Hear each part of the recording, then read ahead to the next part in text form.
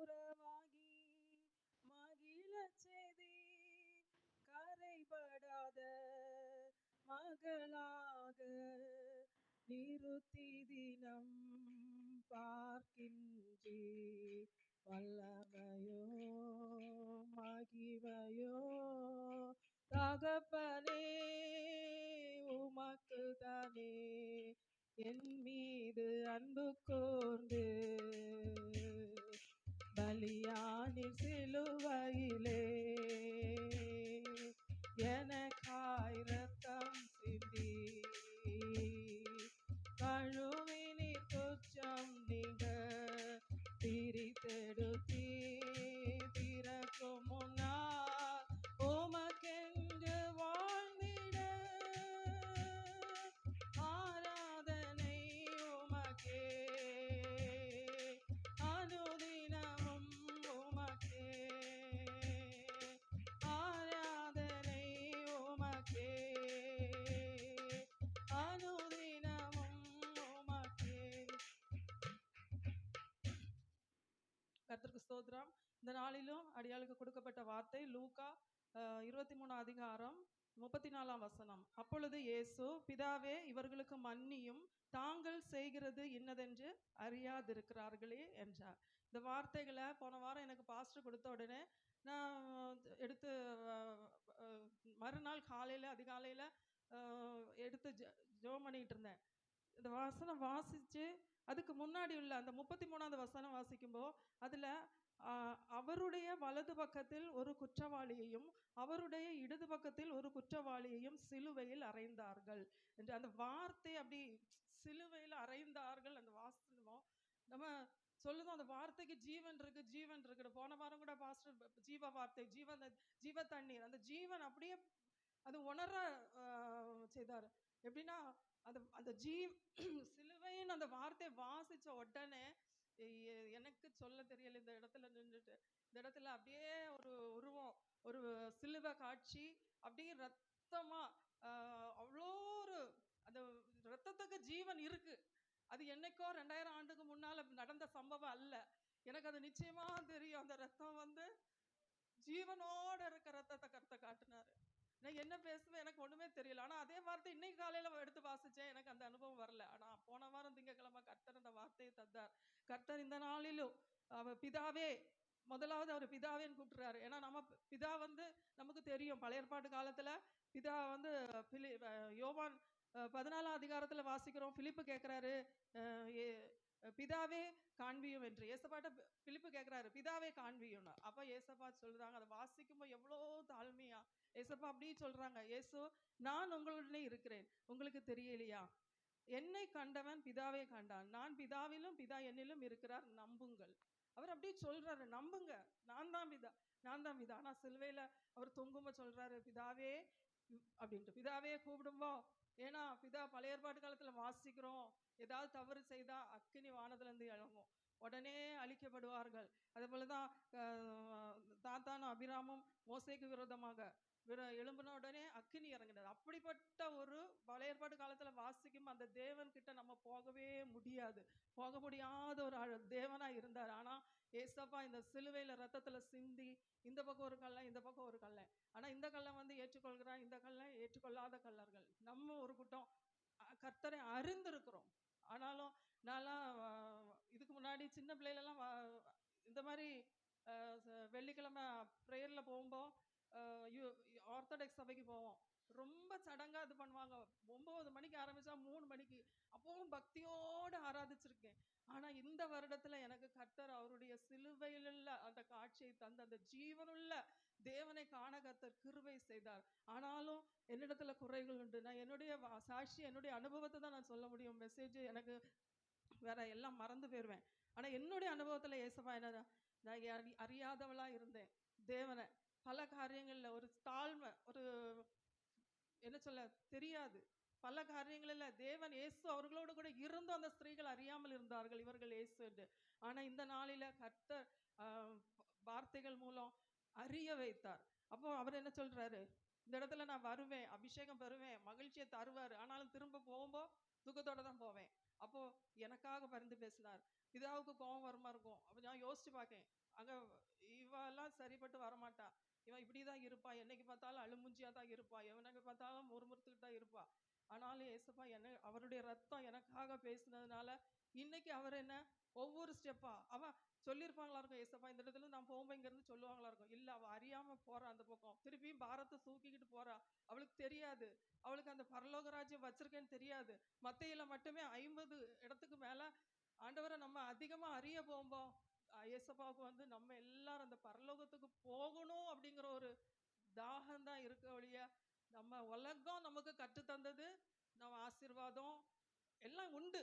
ஆனா அதற்கும் மேலாக ஏசப்பாவுடைய ஆசை வந்து நம்ம பரலோகத்தை அறியணும், அந்த பரலோகத்துக்கு அவரோட கூட போகணும் அப்படின்னு ஒரு வார்த்தை ஆசை தான் அதிகமா இருக்கிறது. அதுக்காக இன்னைக்கும் அந்த ரத்தம் ஏசப்பா, தேவனே பிதாவே மன்னியும், இந்த பிள்ளைகளை இந்த ஜனங்கள் அறியாமனால இருக்காங்க, வேதத்தை இன்னும் பரலோக ராஜ்யத்தை குறித்து அறியல. நானும் நிறைய நேரம் பரலோக ராஜ்யம் அப்படி என்ன சொல்லுவேன், ஏசப்பாட்டே சொல்லுவேன், ஏசப்பா அது நீங்க அங்க இருக்கீங்களா, என்ன எப்படியாவது ஏதோ இங்க களக்காட்டுல வீடு கட்டிட்டு எனக்கு அங்க இருக்க மாதிரி தான் நான் நினைச்சுக்கிட்டு நான் சொல்லிடுவேன். ஏசப்பா நீங்க தெரியல, ஆனா அநேக அடிகள் மூலம் கர்த்தர் எனக்கு அந்த பரலோக ராஜ்யத்தின் காரியங்களை இந்த நாளில் எங்களுக்கு பிரேயர் செல்ல வெளிப்படுத்தல் படிக்க சொல்லியிருந்தாங்க. அதனால அதிகமா 3 மணிக்கு எந்திரிச்சு உட்கார்ந்து அதிகமா படிப்பேன். எனக்கு ஒரு வார்த்தையும் சொல்ல தெரியாது, மறந்துடுவேன். ஆவியானவர்கிட்ட கேட்பேன், எனக்கு அங்க போய் ஏதாவது சொல்லதுக்கு எனக்கு ஞாபகப்படுத்துங்க ஆவியானவரை. அப்ப நான் இந்த வாரமாவது ஆன்சர் சொல்லணும் ஆண்டவர், எனக்கு அப்ப வார்த்தை மறந்துடுவேன், சொல்ல வராது. அப்ப ஆவியானவர்கிட்ட கேட்பேன், எனக்கு சொல்லணும், எனக்கு கட்டுத்தாங்க, நான் 3 மணிக்கு முழங்கால நின்று இந்த வேதத்தை வாசிக்கிறேன், எனக்கு இந்த பரலோக காரியங்களையும் கட்டுத்தாங்க. நான் அங்க போய் அப்படியே போகும்போது பஸ்ல போகும்போது அதை சொல்லிக்கிட்டே அதுக்கு நினைச்சுக்கிட்டே போவேன். அந்த காரியங்களெல்லாம் நினைச்சுக்கிட்டே போவேன். தேவன் சிங்கத்துல இருக்கிறதும் அந்த இடத்துல இருந்து வாதைகள் ஊற்றப்படுகிறதும் அப்ப ரொம்ப பாரமா இருக்கும் அந்த காரியங்கள். அதனால அதிகமா கர்த்தர் இந்த நாட்களில் அவர் அறிய வைத்தார். கர்த்தருக்கு கொடாகோடி ஸ்தோத்திரம். என்னுடைய அறியாமையை நீங்கி, பிதாவே இவளுடைய அறியாமை நீங்கட்டும் நீங்கட்டும் இந்த இடத்துல ரத்தம் எனக்காக பரிந்து பேசுனதுனால இன்னைக்கு கர்த்தர் இந்த இடத்துல அறிந்த தேவனே உங்களுக்கு சாட்சியாய் சொல்ல கர்த்தர் கிருபை செய்திருக்கிறார். அதே போல ஒரு பக்கம் அறியாத கூட்டம், ஒரு கூட்டம் கள்ள கூட்டம் இருக்கு, அவங்களுக்காக நம்ம தான் பிதாவினிடத்துல, பிதாவே இவர்கள் நாங்கள் அறிந்திருக்கிறோம் ஆண்டவரே, இவர்களும் அறியட்டும் அறியட்டும் மன்னியும், இந்த ஜனங்களுக்காக நம்ம பரிந்து பேசணும். அதே போல நம்ம இன்னும் அதிகமா இந்த வேதத்தை நம்ம வாசிக்கிறதுலையும் இது தியானிக்கிறதுலையும் நம்ம குறைவுள்ள இருக்கிறோம். அதனாலதான் நமக்கு பல ஆசீர்வாதங்கள் தடையா இருக்கிறது. இன்னைக்கு இந்த வார்த்தைகள் நம்மளுக்கு ஜீவனுள்ள வார்த்தைகள், இது நம்மளோடு பேசும். அதிகமாய் நம்ம வேதத்தை வாசிக்கிறதுலையும் நம்ம தியானம் செய்வோம். நம்ம சபை மூலம் அன்னைக்கு பிரேசல்லையும் பாஸ்டமா சொன்னாங்க, சிலுவையில தொங்கும்போ கர்த்தர் அவர் அந்த ரத்தத்துல நம்ம எல்லா பலவான்களுடைய எல்லாருடைய முகங்கள் பார்த்தாங்களா ஏசப்பா. அப்ப எனக்கு அப்படியே ஒரு சந்தோஷம். அப்ப அதுல என் முகமும் தெரிஞ்சிருக்கும் இல்ல ஏசப்பா. அப்ப இதே போல இல்ல ஏசப்பா, இனி என் பிள்ளைகள் இப்போ அந்த மாதிரி ஒரு வெறி பிடிச்ச ஜெபம் தான் எனக்கு இப்போ நான் கேட்டுக்கிட்டு போராடிட்டு கிடக்கேன். ஏசப்பா நான் எவ்வளவோ கீழ்படியாதனாலதான் பல பாடுகளை பட்டு இன்னைக்கு உங்களை அறிஞ்சிருக்கேன். ஏசப்பாவே ஏற்றுக்கொள்றது ஒரு விதம். நமக்கு ஆலயத்துக்கு போறோம், ஏசப்பா நமக்கு தேவனா இருக்கிறார், அது வேற. ஆனா அவரை நம்ம இன்னும் அறியணும், கிட்ட நெருங்கணும். தேவன் இப்படிப்பட்டவர், இந்த மகத்துவம் எனக்கு வைத்திருக்கிறார், இவர் என்னோடு கூட நிற்கிறார், என்னோடு இருக்கிறார் அப்படின்னு ஒரு அறிவு ஞானம் நமக்கு வேணும். அது போல என் பிள்ளைகளுக்கு வேணும் ஏசப்பா அப்படின்னு கண்ணீரோட முழங்கால நின்று கேட்டுட்டு இருக்கேன். அதே போல நம்ம தேசத்துக்கும் அந்த ஞானத்தை அந்த அறிவை கர்த்தர் கொடுக்கணும். அதனால இன்னைக்கும் அந்த ரத்தம், பிதாவின் ரத்தம், அந்த ஜீவனுள்ள ரத்தம், அந்த பிதாவினிடத்துல பரிந்து பேசிக்கொண்டு, பிதாவே இவர்கள் அறியாமல் இருக்கிறார்கள், மன்னியும் மன்னியும்னு கர்த்தருடைய வருகை நாட்கள். அது மத்தேயுல சொல்லியிருக்கு. மத்தேயுல நம்ம வாசிக்கிறோம், மத்தேயு 24:42 உங்கள் ஆண்டவர் இந்த நாளிகையில் வருவார் என்று நீங்கள் அறியாதிருக்கிறபடினால் விழித்திருங்கள். அப்படிப்பட்ட ஒரு காலம். நம்ம அறியாமையினால பிசாசு நம்மளை வஞ்சிச்சுட்டு இருக்கா. நம்ம இந்த நாட்களில எல்லா காரியங்களையும் விட்டு நம்ம இன்னும் அதிகமாய் பரலோக ராஜ்யத்தை அறியணும். தேவன் வரக்கூடிய நாட்கள் சமமா இருக்கிறது. கர்த்தர் தாமே இந்த வார்த்தைகளை ஆசீர்வதிப்பாராக. கன்னத்திலவன் ஓங்கி அடிக்க சின்ன பிள்ளை போல் ஏங்கி நின்றார். கன்னத்திலவன் ஓங்கி அடிக்க சின்ன பிள்ளை போல் ஏங்கி நின்றார். அந்த பிலாத்தோ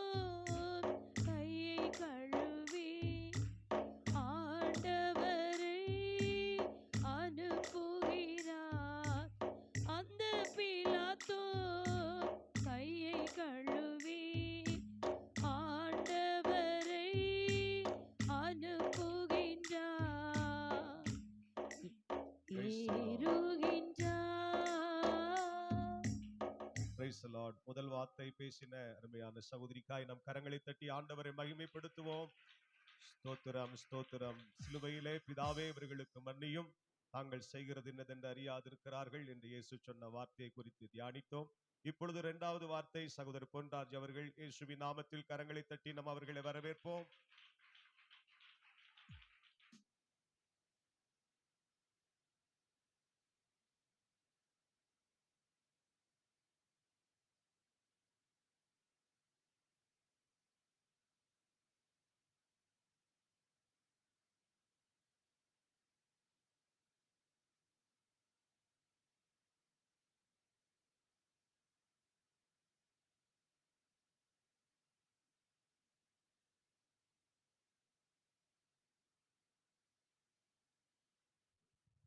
ஸ்தோத்திர ஆண்டவரே, ஸ்தோத்திரம், ஸ்தோத்திர ஆண்டவரே. இந்த நாளிலே அப்போ ஆண்டவரே உம்முடைய பாடுகளை நாங்கள் தியானிக்கவும், அதாவது வருஷா வருஷம் வந்துக்கிட்டே இருக்கோம் ஆண்டவரே. ஆனாலும் ஒரு வருஷத்துக்கு ஒரு இடம் நாங்கள் வளர்ந்து வருகிறவர்களாய், உம்மை பற்றி அதிகமாய் தியானிக்கிறவர்களாய் எங்களை மாற்றுங்க ஆண்டவரே.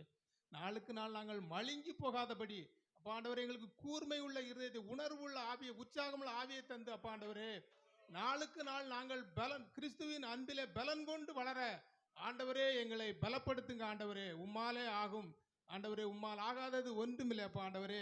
நாங்கள் ஆண்டவரே இந்த இரண்டாவது வசனத்தை தியானிக்க வந்திருக்கிறோம் ஆண்டவரே. எங்களுக்கு நிற்க பலன் ஆண்டவரே, பேச பலன் எல்லாவற்றையும் நீர் தந்துடலும் அப்போ ஆண்டவரே. உண்மையே நாங்கள் வேண்டிக் கொள்கிறோம்.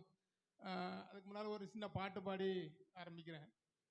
கொல்கதா மேட்டினிலே கொடூர பாவி எந்தனுக்காய், கொல்கதா மேட்டினிலே கொடூர பாவி எந்தனுக்காய், குற்றமில்லாத தேவகுமாரன் குருதி வடிந்தே தொங்குகிறார்.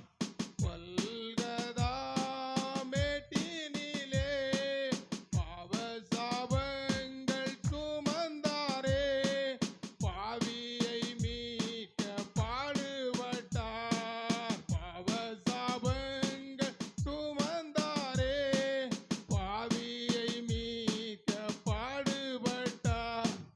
பாவமில்லாத தேவகுமாரன் பாதகன் எனக்காய் தொங்கினார். கொல்கதா மேட்டினிலே. ஸ்தோத்திரம். இயேசு சிலுவையில் பேசிய இரண்டாவது வார்த்தை, நீ இன்றைக்கு என்னோட பரதேசியில் இருப்பாய் என்று கள்ளனை பார்த்து பேசினார். ஸ்தோத்திரம் ஆண்டவரே. இப்போ சார் கூட கொஞ்சம் முன்னோட ஜெபம் பண்ணும்போது சொன்னார், பரிசுத்தம் இல்லாமல் ஒருவனும் தேவனை தரிசிக்க முடியாது என்று. ஆனா இந்த கள்ளங்கிட்ட என்ன பரிசுத்தம் இருந்தது? குற்றவாளி, கொலை, எத்தனை கொலை பண்ணானோ, என்ன கொள்ளை அடிச்சானோ, அவனுக்கு நம்ம நாட்டில் தூக்கு தண்டனை மாதிரி அங்கே சிலுவையில் அரைஞ்சு கொள்ளைக்கு கொண்டு விட்டுருக்கு. ஆனா ஒரே ஒரு பெரிய சிலாக்கியம் என்ன கிடைச்சிருக்குன்னா, அவனுக்கு பாவமில்லாத தேவகுமாரன் கூட தொங்குறதுக்கு, சைட்ல தொங்குறதுக்கு ஒரு பெரிய சிலாக்கியம் அவனுக்கு கொடுத்துருக்கு. அவன் இயேசு கிறிஸ்துவை சிலுவையில் அறைந்த நாள்ல இல்லாம மற்ற நாள்ல சிலுவையில் அறையப்பட்டிருந்தா அவன் யாருக்கிட்ட என்னதும் கேட்டிருக்க முடியாது. கேட்டிருந்தாலும் அவனுக்கு ஒரு பலனும் கிடைச்சிருக்காது. அவரோட தொங்குறதுக்கு கிடைச்சது அவனுக்கு ஒரு பெரிய சிலாக்கியம். அதை தான் சொல்ல முடியும். ஆனா அவன்கிட்ட எந்த பரிசுத்தமும் கிடையாது. தேவன் கூட இருக்கும்போது தேவன் நிறைய அற்புதங்களை செய்தார். 5 அப்பங்களை கொண்டு 5000 பேருக்கு சாப்பாடு கொடுத்தார். நிறைய அற்புதங்களை செய்தார். அப்பமெல்லாம் அவரை கடவுள் என்று கண்டுகொள்வது எளிது. எல்லாரும் இவர் பெரிய அதிசயத்தை பண்றாரு, இவர் தான் தேவனுடைய குமாரன் என்று அப்போ சொல்லலாம். ஆனா இப்போ எங்க இருக்காருன்னா, அவர் சிலுவையில தொங்குறாரு. மரணம் கொல்லதுக்கு கொண்டு விட்டுருக்கு. கொலை பாதகனோட கொண்டு விட்டுருக்கு. அப்போ இவரை எப்படி கடவுள்னு யார் ஏற்றுக்கொள்ள முடியும்? சந்தேகம் இருந்துச்சு. நிறைய அற்புதங்களை செய்தாரு, அடையாளங்களை செய்தாரு அப்படின்னு உலகத்துல பேச்சு அடிபட்டிருக்கும். அதை வச்சு இந்த கள்ளன் என்ன சொல்லியிருக்கான், நீர் தேவனுடைய குமாரனே ஆனால் உண்மையும் எங்களையும் ரட்சித்து கொள்ளும், நாங்களும் எங்களையும் அதை விட்டு இறங்கி போக ஏதாட்டும் வழி பண்ணும். ஆனா இவருக்கு நிறைய அற்புதத்தை செஞ்சிருக்காரு. சேனைகளும் கூட எத்தனையோ சேனைகள், என்ன அக்னிமயமான சேனைகள் நம்மளை சுத்தி, எலியா கூட அப்படி சொல்லும்போது கூட சொல்லியிருக்காரு. அப்படி இருக்கும்போது அவ்வளவு பேரும் கண் குருட்டாட்டம் பண்ணிட்டு கூட நம்ம இறங்கி போக வச்சிடலாமே அப்படின்னு நினைச்சு சொல்லியிருக்கலாம். உண்மையிலே அது சாதாரண மனிதன் நினைக்கக்கூடியது. நம்மளா இருந்தாலும் என்ன நினைப்போம், இப்ப நம்ம சிலுவையில் அறையப்பட்டோம்னா நம்ம கல்லன்னு சொன்னா நம்ம ஒத்துக்கிட மாட்டோம். நம்ம குற்றமே செய்யலைன்னு தான் நம்ம நினைப்போம். நம்ம குற்றமே கிடையாது, நம்மள எதுக்கு சிலுவையில் கொண்டு அறைய போறாங்க அப்படின்னு நினைப்போம். ஆனா தேவன் செய்யும் அற்புதம் செய்யும் போது கூட இருந்த கூட்டம் பூரா எங்க போச்சு? என்ன பிரதான ஆசாரியனை காதரை வெட்டினானே அவன் எங்க போனான்? ஒருத்தரும் இல்லை. எல்லாரும் அதாவது எல்லா ஆபத்து வரும்போதும் கூட இருப்பான். ஆனா உயிர் பிரச்சனைன்னு ஒண்ணு வரும்போது எல்லாருக்கும் உயிர் மேலதான் எல்லாத்துக்கும் ரொம்ப ஆசை. அதாவது 80 வயசு தாண்டின பிறகு கூட தனக்கு தான் உயிர் மேல இன்னும் ஒரு 10 வருஷம் இருக்கணும் அப்படிங்கிற ஆசை தான் இருக்கு. அதனால எல்லாரும் என்ன செய்வான்? ஓடத்தான் செய்வான். உயிர் ஏன்னா அவருக்கு சப்போர்ட்டா பேசினா 3 கலனோட 4வது கலனை அரைஞ்சிருவான். ஏன்னா அவன் அவ்வளவு போர் சேவர் நிக்க, நாட்டில் அதிபதி எல்லாமே சட்டம் எல்லாம் அவங்க கையில இருக்கு. அதனால யாரும் கிட்ட போகல. ஆனா அந்த கள்ளனுக்கு எப்படி அந்த ஞானம் வந்துச்சு? இவர் எப்படி இவன் தேவனுடைய குமாரன் அவன் எப்படி கொண்டான்? நம்மளுக்கு என்னாலும் கோயிலுக்கு வாரம் வந்துகிட்டே இருக்கோம். ஆனா கடவுளை முழுசா ஏற்றுக்கொள்ளுமா இல்ல வந்துட்டு போயிட்டே இருக்கோமா? அதாவது நம்ம இப்போ சிந்திக்க வேண்டியது அதான். முழுசா ஏற்றுக்கொண்டோமா? கடவுளே எனக்கு அதை செய்யும் இதை செய்யும், நான் அவனை பார்க்கலும் நான் பெரியவனா இருக்கணும், எனக்குன்னு ஒரு மரியாதை இருக்கணும் அப்படின்ட்டு வாரமா? ஆண்டவரே நான் பாவிதான், ஆனாலும் எனக்கு நீர் வச்சிருக்க பங்கை தாரும் அப்படின்னு கேட்கிறோமா? எப்படி இருக்கணுமா? தன்னை உணர்ந்து கேட்கிறோமா இல்ல அவனை விட நான் பெரிய ஆளா இருக்கணும் அப்படிங்கறது கேட்கிறோமா? அப்படி கேட்டா எப்படி கிடைக்கும்? அது போல இப்போ கள்ளன் கடவுளை கண்டுகொள்ளணும். அதாவது மூத்த குமாரன் இளையகுமாரன் 2 பேர் இருந்தாங்க.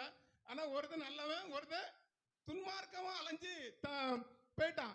ஆனா அவன் ஆஸ்தியெல்லாம் வாங்கிட்டு போய் தன்னால அம்மாட்டு செலவழிச்சுட்டு திரும்ப அங்க கஷ்டம் வரும்போது நினைக்கிறான் என் தகப்பன் வீட்டுல அப்படி உண்டு இப்படி உண்டுன்னு சொல்லி. ஆனா திரும்பி வரும்போது தகப்பன் அவனை ரொம்ப சந்தோஷமா ஏத்துக்கல. என் பிள்ளை போயிட்டு திரும்பி வந்தா இனி அந்த மாதிரி போக மாட்டான் அப்படின்னு நினைக்காரு.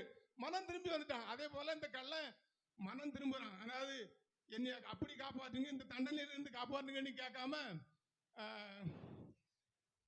மனம் திரும்பி கேட்க. அதாவது உங்களுடைய ராஜ்யத்துல வரும்போது அடியனை நினைத்தரணும். அதாவது ராஜ்யம் இவர் தேவனுடைய குமாரன் என்பதை அவன் கண்டு கொண்டான். அதுதான் எப்படி கண்டான் என்பதை நாம் பார்க்கணும். அதாவது இப்ப கடவுள் சொல்றாரு, என்னை நான் பசியா இருந்தேன், எனக்கு நீங்க ஒண்ணுமே தரல, நான் சுகவீனமா இருந்தேன், என்னை நீங்க பார்க்க வரல அப்படின்னு சொல்றாரு. அப்போ நான் உங்களை எப்பவும் கண்டேன்? சிலுவையில அறையும் போது அவன் கண்டிருக்கான். ஆனா நம்ம ஆண்டவரை காங்கன்னா நம்ம கூட ஆண்டவர் வந்துட்டே தான் இருக்காரு. அதாவது நம்ம யாருக்கு உதவாம போறோமோ அது கடவுளா இருந்ததுன்னா என்ன பண்ண முடியும்? அந்த கலனை போல நம்ம ஆயிரும். ஒருத்தனுக்கு நம்ம உதவாம போறோம், அவன் கடவுளா இருக்கான்னு வச்சுக்கிடுமே. அப்ப நமக்கு நம்ம என்னதை விட்டுருதோம்? அந்த கலனை போல என்னை காப்பாத்துட்டு நம்ம போயிருந்தோம், அவ்வளவுதான். அந்த கலனுக்கு நமக்கு என்ன வித்தியாசம் இருக்கு? இந்த கலனை போல நம்ம மாறணும். அதாவது கள்ளன் என்ன செய்தானா, கடவுள் அதாவது இவர் தேவனுடைய குமாரன் என்பதை அவன் கண்டு கொண்டான். அப்போ நம்ம என்ன செய்யணும்? நம்மளும் கடவுளை எப்படி ஆராதிக்கணும், எப்படி வரணும்னு கண்டுகொள்ளணும். அதாவது இப்போ நம்ம தேவகுமாரன் நமக்காய் அடிக்கப்பட்டார் என்பது வசனம் நம்ம 2000 வருஷத்துக்கு முன்னாடி நம்ம 50 வருஷத்துக்கு மனுஷன் தான். ஆனா நம்ம அந்த எழுத்தை தான் விசுவாசிக்கும், கடவுள் விசுவாசிக்கும். அந்த விசுவாசத்துக்கு அடையாளம் என்ன? நாம் எப்படி கண்டுகொண்டோம்? பழைய ஏற்பாட்டின் காலத்தில் சொல்லப்பட்டிருக்கிறது, இது பரிசுத்த ஸ்தலம், இது மகா பரிசுத்த ஸ்தலம். நான் பாவியாக எனக்கு இந்த மகா பரிசுத்த ஸ்தலத்துக்கு நான் உள்ள வந்தோம்னா என்ன செய்யணும்? சங்கிலி கட்டி செத்தவரை வெளியே தான் இழுக்கணும். அதுதான் அதாவது தேவன் நமக்காக அடிக்கப்பட்டார் என்பதற்கு அடையாளம். அவர் சிலுவையில தொங்கின போது தேவாலய திரைச்சீலை 2ஆக கிழிந்தது. அதுக்கு பிறகு நமக்கு உள்ள வந்து நிற்கும். இல்ல நம்ம அங்க வெளியே தான் நிக்கணும். இதுதான் அடையாளம். அதாவது தேவன் நமக்காக தொங்கினார் என்பது உண்மை. அந்த உண்மைக்கு இதுதான் சாட்சி. ஆண்டவரே ஸ்தோத்திரம். கர்த்தர் தாமே இந்த வசனங்களை ஆசீர்வதிப்பாராக. ஆமென். கரங்களை தட்டி ஆண்டவரை மகிமைப்படுத்துவோம். பாவத்தை ஏற்றவர் பலியாய் மாண்டவர், பாவத்தை ஏற்றவர் பலியாய் மாண்டவர், கல்வரியின் மேட்டினில் கண் கொள்ளாத காட்சியே, கல்வரியின் மேட்டினில் கண் கொள்ளாத காட்சியே, கண்டிடும் வேண்டிடும் பாவ பாரம் நீங்கிடும், கண்டிடும் வேண்டிடும் பாவ பாரம் நீங்கிடும், அழைக்கிறார் இதோ நீயும் வா உந்த நேசர் ஆவலாய் அழைக்கிறார் இதோ, நீயும் வா உந்த நேசர் ஆவலாய் அழைக்கிறார் இதோ. இரண்டாவது வார்த்தை கல்லனை பார்த்து, கல்லன் ஆண்டவராக இயேசு கிறிஸ்துவை பார்த்து சொன்ன ஒரு வார்த்தையை நாம் தியானித்தோம். இப்பொழுது மூன்றாவது வார்த்தையை நாம் தியானிக்க போகிறோம். மூன்றாவது வார்த்தை சகோதரர் பிலிப் அவர்கள், சகோதரர் ஜெபா அவர்கள். முதலாவது சகோதரர் பிலிப் அவர்களை நாம் கரங்களை தட்டி நாம் வரவேற்போம்.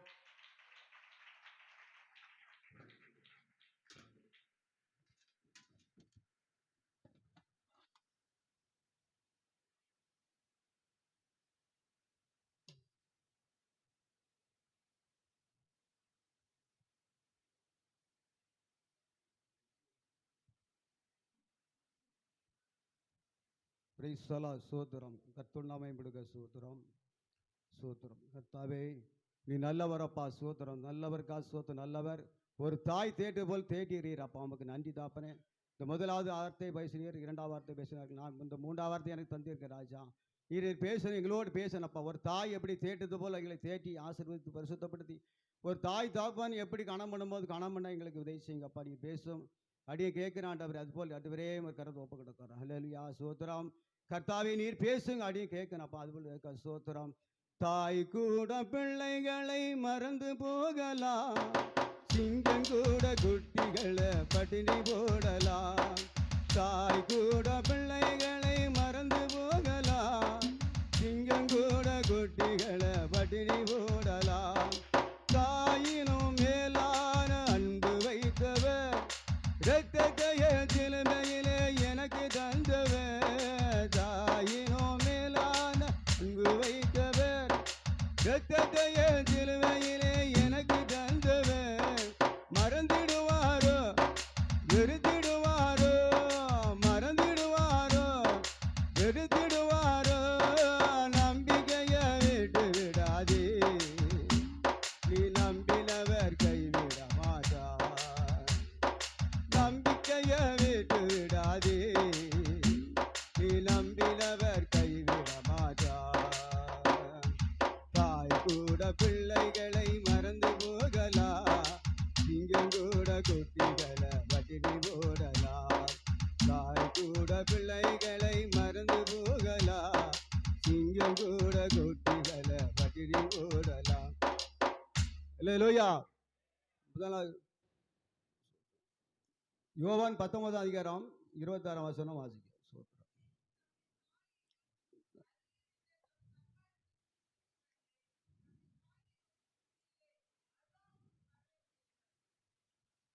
27 வாசிக்க.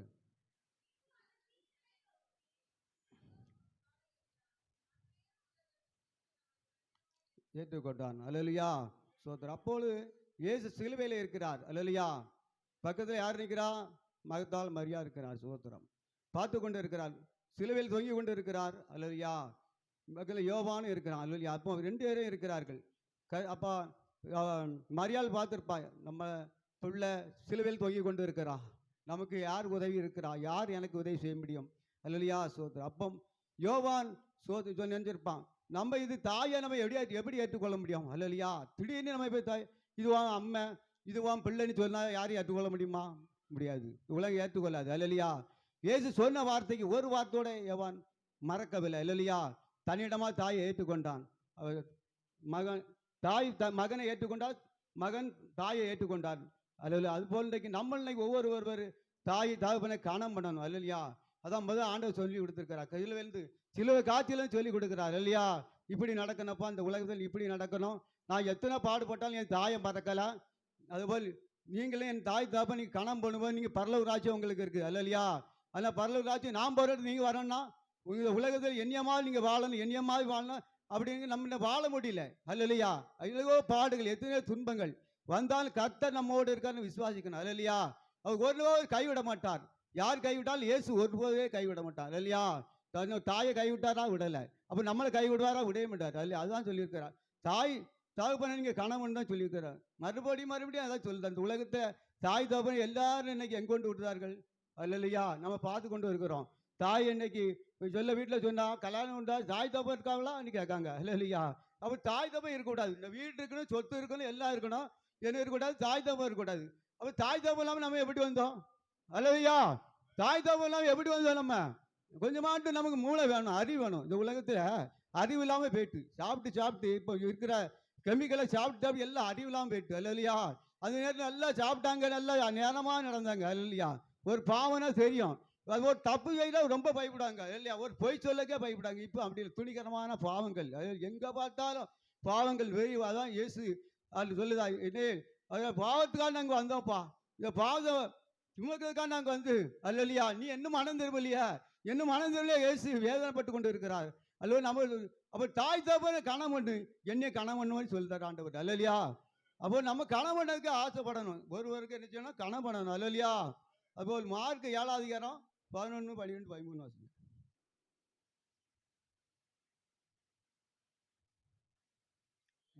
நீங்களோ ஒருவன் தன் தகப்பனையாவது தாயையாவது நோக்கி, ஆ, உனக்கு நான் செய்யத்தக்க உதவி எது உண்டோ ஆ, அதை குர்பான் என்னும் காணிக்கையாக கொடுக்கிறேன் என்று சொல்லிவிட்டால் அவனுடைய கடமை தீர்ந்தது என்று சொல்லி அவனை இனி என் தகப்பனுக்காவது தாய்க்காவது யாதொரு உதவி செய்ய ஒட்டாமல் நீங்கள் போதித்த உங்கள் பாரம்பரியத்தினால் தேவ வசனத்தை அவமாக்குகிறீர்கள் அல்லையா.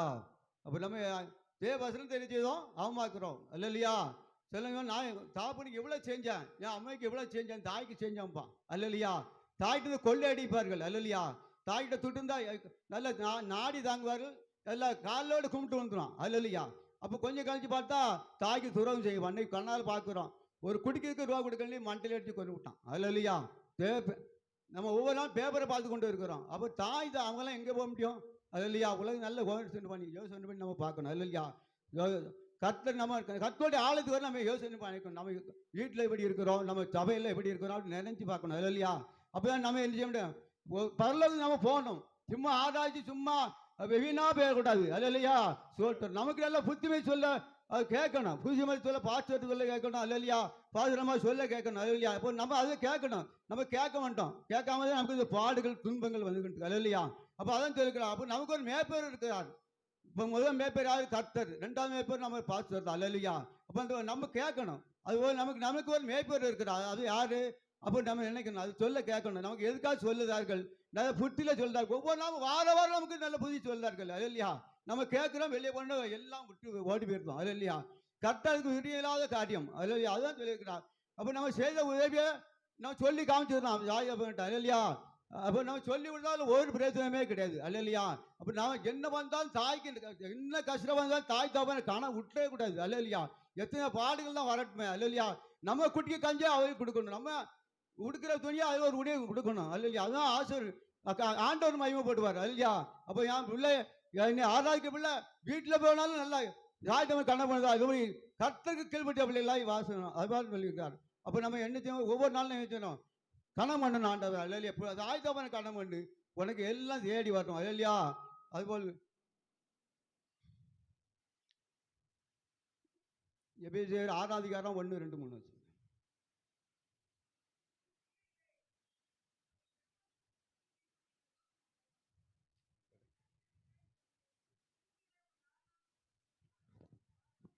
பிள்ளைகளே, உங்கள் பெற்றாருக்கு கர்த்தருக்குள் கீழ்ப்படிங்கள், இது நியாயம். உனக்கு நன்மை உண்டாயிருப்பதற்கும் பூமியிலே உன் வாழ்நாள் நீடித்திருப்பதற்கும் உன் தகப்பனையும் உன் தாயையும் கனமண்ணுவாயாக என்பதே வாக்குத்தத்தமுள்ள முதலாம் கற்பனையா இருக்கிறது அல்லேலூயா. அப்போ முதல் கற்பனை ஆண்டவர் சொன்னாரு, உன் தாய் தகப்பனை கனம் பண்ணு அல்லேலூயா.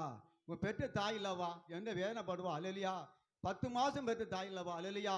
அப்போ தாப்பனோட தாய் தான் நம்ம மேல ரொம்ப பாசமா இருப்பா அல்லேலூயா. நான் பெருமைக்கு சொல்லல, நம்ம தாய் தான் அவளுக்கு தெரியும், நம்மளை பெற்று வளர்த்து அல்லையா. நம்ம தாப்பம் வேலை செஞ்சு போடுவார், அது தப்பு இல்லை, அது கடமை அல்லையா. அதுபோல் நம்ம தாயை ரொம்ப வேதனைப்பட்டு அல்லையா, நம்ம பிள்ளை படிக்க வைக்கணும், நமக்கு அது வேணும் இது வேணுமேட்டு ரொம்ப வேதனைப்படுறோம். அப்போ ஆண்டவர் அதை சொன்னார் அல்லையா. அந்த கற்பனை நம்ம கேட்டுக்கொள்ளணும் அல்லையா. கற்பனை பெற்றுக்கொள்ளலாம். ஒரு நாள் நம்ம எங்கே போக முடியாது, பரலோகத்துக்கு போகவே முடியாது அல்ல, யாராக இருந்தாலும் சரி அல்லையா. அது கீழ்படி தாய் தப்ப நம்ம கணவன் எல்லாம் அவனுக்கு ஆசீர்வதிப்பா, பெரிய காரியம் செய்வார் ஆண்டவர் அல்லையா. அதுபோல் எளியா நாட்கள்ல பாருங்க, எங்க போறா பெதவே, நான் என் பிள்ளை சாவ போறேன்னு சொல்ல ஏசப்பா எலியாவை கொண்டு விடுகிறாரு அல்லையா. 1 ராஜாக்கள் 17 அதிகாரம் 19 சொல்லுது அல்லையா. அதற்கு அவன், உன் குமாரனிடத்தில் தா என்று சொல்லி அவளை அவள் மடியிலிருந்து எடுத்து தான் தங்கியிருக்கிற மேல் வீட்டிலே அவளை கொண்டு போய் தன் கட்டில் மேல் வைத்து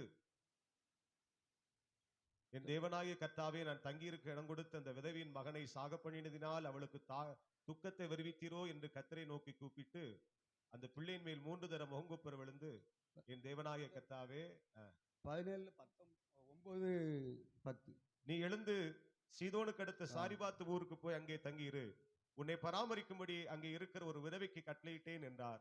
அப்படியே அவன் எழுந்து சாரிபாத்துக்கு போனான். அந்த பட்டணத்தின் ஒளிமுக வாசலுக்கு அவன் வந்தபோது அங்கே ஒரு விதவை விறகு பொறுக்கிக் கொண்டிருந்தாள். அவன் அவளை பார்த்து கூப்பிட்டு, நான் குடிக்கிறதற்கு கொஞ்சம் தண்ணீர் ஒரு பாத்திரத்தில் எனக்கு கொண்டு வா என்றான். கொண்டு வர அவள் போகிற போது அவன் அவளை நோக்கி கூப்பிட்டு, கொஞ்சம் அப்பமும் உன் கையிலே எனக்கு கொண்டு வா என்றான். அல்லேலூயா. 2 பேரும் என்ன செய்தார்கள்? நான் இருக்க ஆகாரத்தை சாப்பிட்டு சாவு போறேன் இருக்கிறார்கள். அந்த நேரம் ஆண்டவர் யாரை போய் சொல்லுறா? எலியாவே கொண்டு போய் சொல்லுகிறார். அல்லேலூயா. சோதர சாரிபாத் வீட்டுக்கு யார் போறா? எலியா போறாரு. அல்லேலூயா. எலி கேட்கிறார், நீ இருக்கிறதுல கொஞ்சம் தாவா, உனக்கு ஆசீர்வாதம் இருக்கு. அல்லேலூயா. அப்ப அவருக்கு எலியா போனா அந்த விதவை என்ன செய்ய போறா? தாய் தப்பு சாவ போறார்கள். அல்லேலூயா. அந்த நேரம் ஆண்டவர் எப்படி அற்புதம் செய்தார் பத்தியா? எலியா கொண்டு போச்சு. எலியாவுக்கு இங்க என்ன இல்லை, அவருக்கு துன்பம் தான். இவரு துன்பத்திலாம் போறாரு. அல்லையா? துன்பத்தில் அங்க ஒரு என்ன நடக்கு? அற்புதங்கள் நடக்கு. அல்லையா? ஒரு நாள் எண்ணெய் மாவும் ஒரு நாள் குறையில்லை. அந்த விதவையில் காப்பாற்றப்பட்டா. அதுபோல நம்மளும் விதவையை அற்பமா நினைக்க கூடாது. விதவையில் காரியம் தான் பெரிய இல்லையா, பெரிய வெறியாக்கி கொண்ட சோத்திரம். கர்த்தர் விதவையை தான் என்ன செய்தாரு? வெள்ளை பெரியாக்கி கொண்டு இருக்கிறார். அல்லையா? அதுபோல் இன்னைக்கு நம்ம தாய் தப்புன்னு இன்னைக்கு விதவையா இருந்தால் நம்ம அற்பமா நினைக்க கூடாது. அல்லையா? சோத்திரம். அதுபோல் அது காணம் பண்ணணும். அப்பா இருக்கும்போது நம்ம அம்மை எப்படி பார்க்கிறார்களோ அதுபோல் நம்மளும் தாய் தப்பன் காணம் பண்ணணும். கர்த்தர் பெரிய காரியம் செய்வார். அல்லையா? அதுபோல் நீதிமொழிகள் 30ஆம் அதிகாரம் 11 17 11ஆம் அவசரம்.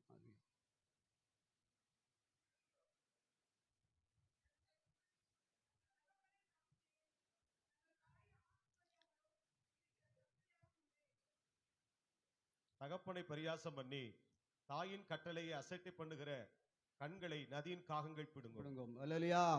அப்ப வேத வசனம் என்ன சொல்லுது? தாப்பன் தாய் நீ பரியாசம் பண்ண என்னது பிடுங்கும்? அனாத செத்து கிடந்து நம்ம இருந்துங்கோம். அப்படிதான் நீ நிறைய செத்து கிடக்கு. அல்லேலூயா. ரோட்ல போய் அடிச்சு கிடக்கு. அல்லேலூயா. முன்னால பார்த்தீங்கன்னா அடக்கமான இருக்க கழுகு வரும். இந்த கழுகு இப்போ இல்லை. அல்லேலூயா. என்னால திங்கும். அல்லேலூயா. அப்பெல்லாம் கண்ணால நம்ம பார்த்து இருக்கிறோம். அல்லேலூயா. அப்போ தாய் தப்பன் கணாமடாளுக்கு எப்படி எந்த நேரம் எப்படின்னா மரணம் வரும்னு சொல்ல முடியாது. அல்லையா? அதுபோல் தாய் தப்பனை கொள்ளையடிப்பார்கள். அல்லையா? கொள்ளையடிச்சு அல்லையா சோத்திரம் அதற்கு இது எல்லாம் நகை நட்டு எல்லாம் எது இருக்கோ அத்தனை பிடிங்கிட்டு தெருவில் விட்டுருவார்கள். அல்லையா? இந்த மகாராஷ்டிரா வந்து இங்கே கன்னியாகுமரியில் வந்து டூர் வாராணி விட்டு விட்டு போயிடுவானுவேன். அந்த ஆளுங்க கோடு பிச்சு எடுத்துட்டு அலையும். அல்லையா? பெரிய கொடுமை. அதுபோல் தாய் தப்பன் இன்னைக்கு எதுக்கு நம்ம உலகத்தில் கொள்ள நோய் வருது? இதுக்கு தான். அல்லையா? கணம் பண்ணாமலும் ஆண்டவர் தேடாமலும் அல்லையா பயப்படாமலும் இன்னைக்கு கொள்ள நோய் வந்துகிட்டு இருக்கு. அதுபோல் கர்த்தர் நம்மளை பயப்படணும். அவருக்கு பயப்பட நம்மளை பெரியவர் சிறியவரை ஆசீர்வித்து கொண்டே இருப்பார். அதெல்லாம் சொல்லிக்கிட்டே இருக்கிறார். அல்லையா? நான் உன்னை ஆசீர்விப்பேன், நீ பயப்படாத. ஆபிரகாம் அதை சொன்னார், நீ பெரிய கேடகமா இருக்கிற உனக்கு நீ ஏன் பயப்படுதா? அல்லையா? அவனுக்கு ஒரே வேதனை, எனக்கு பிள்ளை இல்லையா, பிள்ளை இல்லைன்னு வேதனைப்படும் போது ஆண்டவர் பெரிய அற்புதம் செய்தார். அதுபோல் நம்ம வாழ்க்கையில் செய்வார் அற்புதம். அற்புதமானவர், நம்ம ஆராய்ச்சியவே அற்புதமானவர். அல்லையா? அந்த உலகத்தில் வந்தார், குழந்தையாக பிறந்து அற்புதம், எத்தனையோ அற்புதம். மரித்தவர் உருப்பு தெளிந்தார், அப்ப பிசாசை விரட்டினார். அல்லையா? எத்தனையோ அற்புதம் இந்த உலகத்தை செய்தார். ஆனாலும் கடையத்தில் என்ன இல்லை, அவரை அறியலை. அல்லையா? அறியாம இருந்தார்கள். எத்தனை அற்புதம் செய்தால் கல்வார் சிலுவையில் கொண்டு அரைஞ்சி அதாவது பிதாவின் சித்தத்தை செய்தார். அவர் நம்ம சித்தத்தை செய்தார். அவர் தான் இன்னைக்கு அல்லையா எவ்வளதோ அவ்வளோ இன்னைக்கு கொண்டு போட்டிருப்பார். அவர் பிதாவின் சித்தத்தை தாழ்மை இருந்தார். தாழ்மை இருந்து எத்தனையோ பாடுகளை அனுபவிச்சு கல்வார் சிலை வந்து தன் தாயை நோக்கி பார்த்து தன் சீசனிடத்தில் ஒப்படைச்சார். அவர் நல்ல தெய்வம் அல்லவா? அதுபோல் நம்மளும் தாய் தகப்பனை கணம் பண்ணுவோம். கர்த்தர் பெரிய காரியம் செய்வார். அல்லையா? ஆமென். Praise the lord. இப்பொழுது சகோதரர் ஜெபா அவர்களை கரங்களை தட்டி வரவேற்போம்.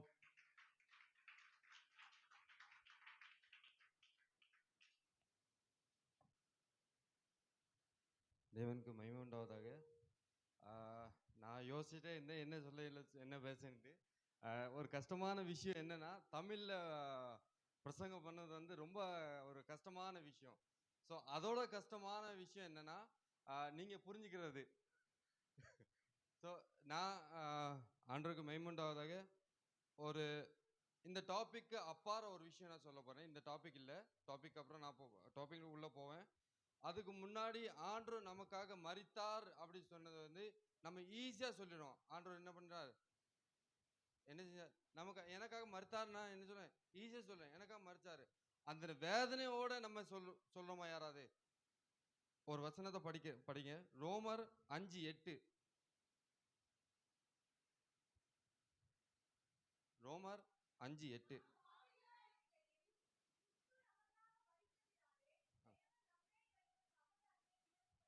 அதுல வந்து நாமன்ட்டு போட்டிருக்கு கரெக்டா? இப்போ ஒரு ஆள் படிங்க, நான் பாவியன்ட்டு படிங்க. எல்லாரும் சொல்லுமா ஒரு வாட்டை? நான்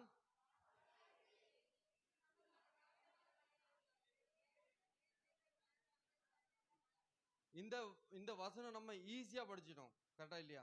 ரொம்ப ஈஸியா படிச்சிட்டோம். இது வந்து ஆண்டவர் எழுதிக்கார நம்ம படிச்சிட்டோம், அவ்வளவுதான்.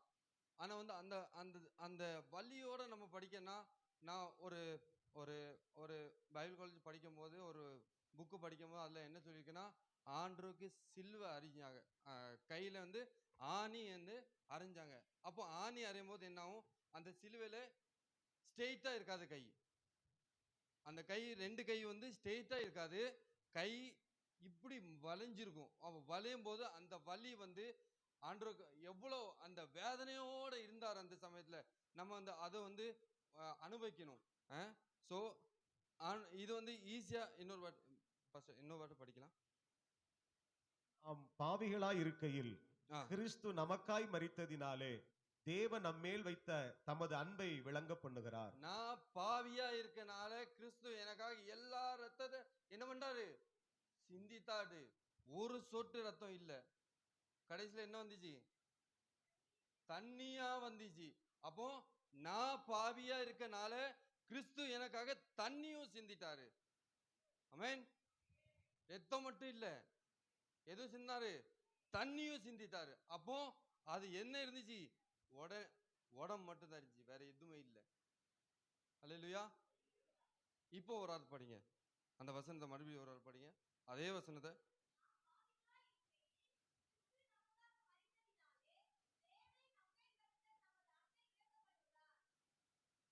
ஃபர்ஸ்ட் வந்து ஆண்டவர் எனக்காக என்ன செஞ்சாரு? மரித்தாரு, பிளட்டை கொடுத்தாரு. ஒரு சொட்டு தண்ணி இல்லாம நம்ம உயிரை கொடுத்தாரு, எனக்காக உயிரை கொடுத்தாரு. ரெண்டாவது வந்து என் மேல என்ன வச்சிருக்காரு? என்ன வச்சிருக்காரு? சொல்லுங்க, என்ன வச்சிருக்காருன்ட்டு. கேட்கல கேட்கல இன்னொரு வாட்டி கேட்கல.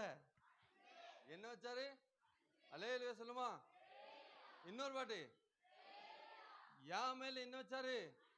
அன்பு வச்சாரு. நம்ம ஆண்டவர் மேல என்ன வச்சிருக்கோம்? யாருமே சொல்ல மாட்டீங்கல்ல. நம்ம ஆண்டவர் மேல என்ன வச்சிருக்கோம்? சொல்லுங்களேன், இன்னும் சத்தமா சொல்லுங்களேன். அன்பு வச்சிருக்கோம். அப்போ ஆண்டவர் வந்து அந்த இடத்துல மரியாதை என்ன சொல்றாரு? ஏய் ஸ்திரீ. அப்போ 3 இடத்துல ஆண்டவர் வந்து மரியாவை இஸ்திரின்னு சொல்லியிருக்காரு. ஃபர்ஸ்ட் படிங்க, லூக்கு சாப்டர் 2:49. ம் ம் அது யார்கிட்ட சொல்றாரு? இயேசு வந்து மரியாதை சொல்றாரு. ரெண்டாவது படிங்க, ஜான் சாப்டர் 2:4. ம் யார்கிட்ட சொல்றாரு? இயேசு மரியாதை சொல்றாரு. மூணாவது படிங்க, சாப்டர் ஜான் 19:26-25-26. ம் ம்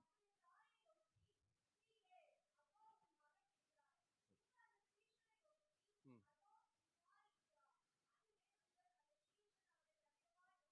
இப்போ ஒரு சின்ன ஒரு கேள்வி. நான் யோசிச்சுட்டே இருந்தேன், ஆண்டவரே நான் எப்படி ப்ரீச் பண்ண போறேன், எனக்கு தெரியல அப்படின்ட்டு. ஒரு சின்ன ஒரு கேள்வி. நம்ம தாயை எந்த ஸ்டேஜ்ல வச்சிருக்கோம்? நம்ம பேரண்ட்ஸை எந்த ஸ்டேஜ்ல வச்சிருக்கோம்? நம்ம பேரண்ட்ஸை கனப்படுத்துறோமா? ஆண்டவர் சிலுவையில இருக்கும் போதும் ஒரு ஒரு சொட்டு ரத்தம் இல்லை, ஒரு சொட்டு தண்ணி இல்லை. அப்பமும் ஆண்டவர் என்ன பண்ணாரு? அவங்க தாயை என்ன பண்ணாரு? கனப்படுத்துறாரு. அதே மாதிரி நம்ம வாழ்க்கையில நம்ம தாயை இஸ்திரின்னு ஹிந்தியில் ஃபுல்லாக வந்து இஸ்திரின்ட்டு போட்டிருக்கு, ஸ்திரீ இதுன்ட்டு போட்டிருக்கு. ஸ்திரீ நாக்கி கிரீக் மீனிங்ல குணேன்ட்டு அர்த்தம். குணே அதுக்கு அர்த்தம் என்னன்னா, ஒருவன் வந்து ஒருத்தனை மனசார நேசிக்கிறானா அதுதான் குணேன்ட்டு அர்த்தம். ஆமென், அல்லேலூயா. அப்போ இன்னொரு வசனம் படிப்போம். நீதிமொழிகள் 19:26 படிப்போம்.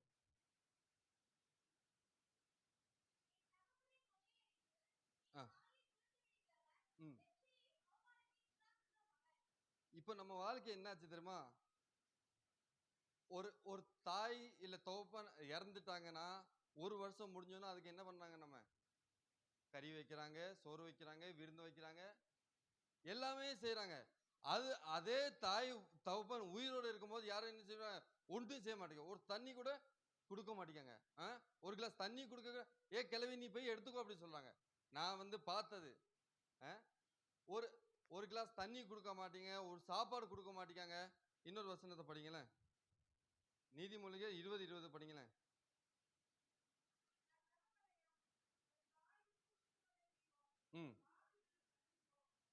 தாய் தகப்பனை மறுபடியும் படிங்க.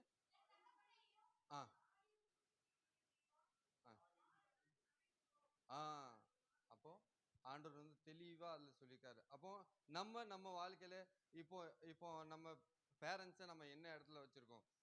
நம்ம பேரண்ட்ஸை கனப்படுத்துறோமா இல்ல நம்ம பேரண்ட்ஸை குச்சப்படுத்துறோமா? ஆண்டவர் வந்து கல்வாரி சிலுவையில் இருக்கும்போது என்ன பண்ணாரு? கடைசி நேரத்துல வரைக்கும் ஆண்டவர் வந்து தாய் கனப்படுத்துறாரு. நம்ம வாழ்க்கையில கொஞ்சம் ஆராய்ஞ்சு பார்ப்போம். ஏதாவது தப்பா ஏதாவது சொல்லியிருந்தா என்ன மன்னிச்சிருங்க. Thank you so much. இயேசு கிறிஸ்துவின் அன்பு என்றும் மாறாதது. இயேசு கிறிஸ்துவின் கிருபை என்றும் குறையாதது. இயேசு கிறிஸ்துவின் கிருபை என்றும் குறையாதது. இயேசு கிறிஸ்துவின் அன்பு. Praise the Lord. 3வது வார்த்தைகளை பேசின தேவ பிள்ளைகளுக்காய் கர்த்தரை ஸ்தோத்திரிக்கிறேன். 4வது வார்த்தை போகுவதற்கு முன்பதாக நாம் ஒரு சகோதரர் ஒரு பாடலை பாடும்போது ஆண்டவருக்கு நாம் காணிக்கை செலுத்த போகிறோம். இப்பொழுது ஒரு பாடலை பாடும்போது நாம் காணிக்கை செலுத்துவோம். ஸ்தோத்திரம்.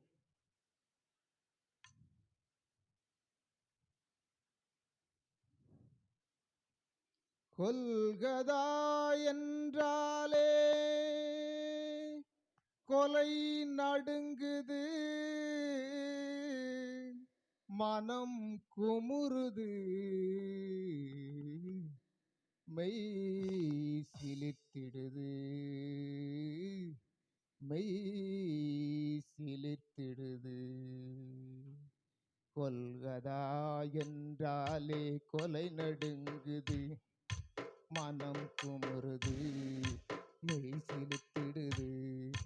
கொல்கதா என்றாலே கொலை நடுங்குது, மனம் குமுறுது, மெய் சிலிர்த்திடுது, மெய் சிலிர்த்திடுது.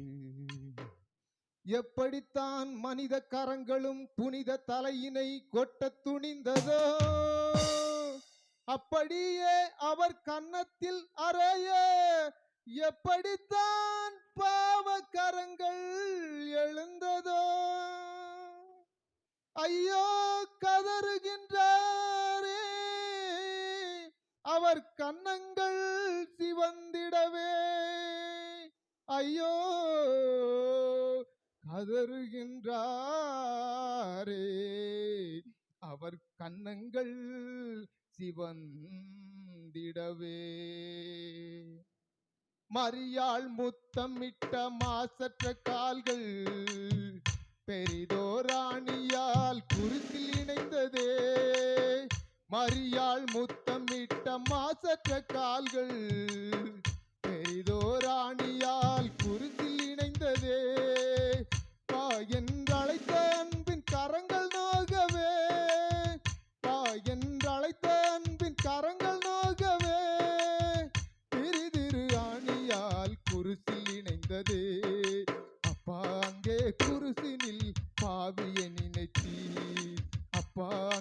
குருசினில் பாவியை நினைத்தி கொல்கதா என்றாலே கொலை நடுங்குது, மனம் குமுறுது, மெய் சிலிர்த்திடுது. கொல்கதா என்றாலே கொலை நடுங்குது, மனம் குமுறுது, மெய் சிலிர்த்திடுது. நிலமெல்லாம் நின் ரத்தம் கொட்டி விட்டதே, எலும்புகளெல்லாம் என்ன தெரியுதே. இடும்பையின் கடலிலே இறங்கி விட்டீர் இயேசுவே, கொடும்பாவி எந்தனை தீக்கடலில் மீட்கவே. என் பாவம் பெரிது மன்னியும் இயேசுநாதா, என் பாவம் பெரிது மன்னியும் இயேசுநாதா. புசியாது நின் வயிறு ஒட்டி போனதே, பசியினால் நின்னுடல் பாடி வதங்கிட்டே. புசியாது நின் வயிறு ஒட்டி போனதே, பசியினால் நின்னுடல் பாடி வதங்கிட்டே. அடியினால் நின் தேகம் உருகுலைந்ததே, அடியினால் நின் தேகம் உருகுலைந்ததே. வடிவது மாறி உடல் கோரமானதே, என்னழகே என்னாலேவும் அழகிழந்தீரே, என்னழகே என்னாலேவும் அழகிழந்தீரே, அழகிழந்தீரே. கொல்கதா என்றாலே கொலை நடுங்குது, மனம் குமுறுது, மெய் சிலிர்த்திடுது. கொல்கதா என்றாலே கொலை நடுங்குது, மனம் குமுறுது, மெய் சிலிர்த்திடுது. மெய் சிலிர்த்திடுது, மெய் சிலிர்த்திடுது, மெய் சிலிர்த்திடுது, மெய் சிலிர்த்திடுது. Praise the Lord. கரங்களை தட்டி ஆண்டவரை மகிமைப்படுத்துவோம். Praise the Lord. ஸ்தோத்திரம், ஸ்தோத்திரம், ஸ்தோத்திரம். பிற்பாடு நம் காணிக்கைக்காக நாம் ஜெபிக்கலாம்.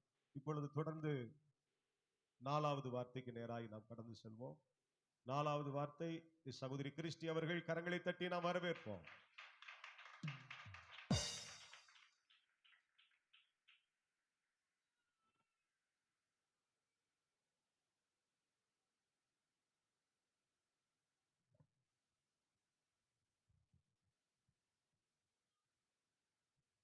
ஹல்லேலூயா. கர்த்தர் நல்லவர். ஆமென். அருமையான கர்த்தருடைய பிள்ளைகளே, இந்த நாளிலே இந்த 4வது வார்த்தை பேச கர்த்தர் தந்த வாய்ப்புக்காக என் தேவனை நான் நன்றியோடு துதிக்கிறேன், ஸ்தோத்தரிக்கிறேன். ஹல்லேலூயா. 4வது வார்த்தை வாசிப்போம். மத்தேயு எழுதின சுவிசேஷம் 27ஆம் அதிகாரம் 45-46.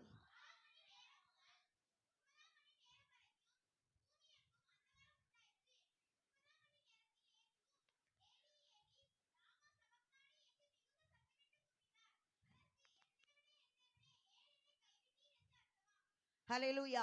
என் தேவனே, என் தேவனே, ஏன் என்னை கைவிட்டீர் என்ற வார்த்தை இயேசு கிறிஸ்து தன்னுடைய சிலுவை பாடுகளிலே அவர் மிகவும் அங்கலாய்ப்போடு சொல்லுகிறார். அருமையான கர்த்தருடைய பிள்ளைகளே, இயேசு கிறிஸ்து தன் பாடுகளின் உச்சக்கட்டத்திலே பிதா கைவிட்டதை உணர்ந்தார். ஒரு கட்டத்தில் சீஷர்கள் அவரை விட்டு ஓடி போன போது அவர் கதறவில்லை. ஆனா பிதா தன்னை கைவிட்ட போது அவர் பிதாவானவர் தன்னுடைய முகத்தை இயேசு கிறிஸ்துவுக்கு மறைத்த போது அவர் ஆத்துமா கலங்கி காயப்பட்டு கதறி சொல்லுகிற வார்த்தை தான் சிலுவையிலே, என் தேவனே, என் தேவனே, ஏன் என்னை கைவிட்டீர் என்கிற வார்த்தை. அல்லேலூயா. அருமையான கர்த்தருடைய பிள்ளைகளே, வேதத்திலே நாம் வாசிக்கிறோம். நீதிமொழியின் புத்தகம் 18ஆம் அதிகாரத்திலே 14ஆம் வசனத்தை எடுத்து வாசிக்கும் போது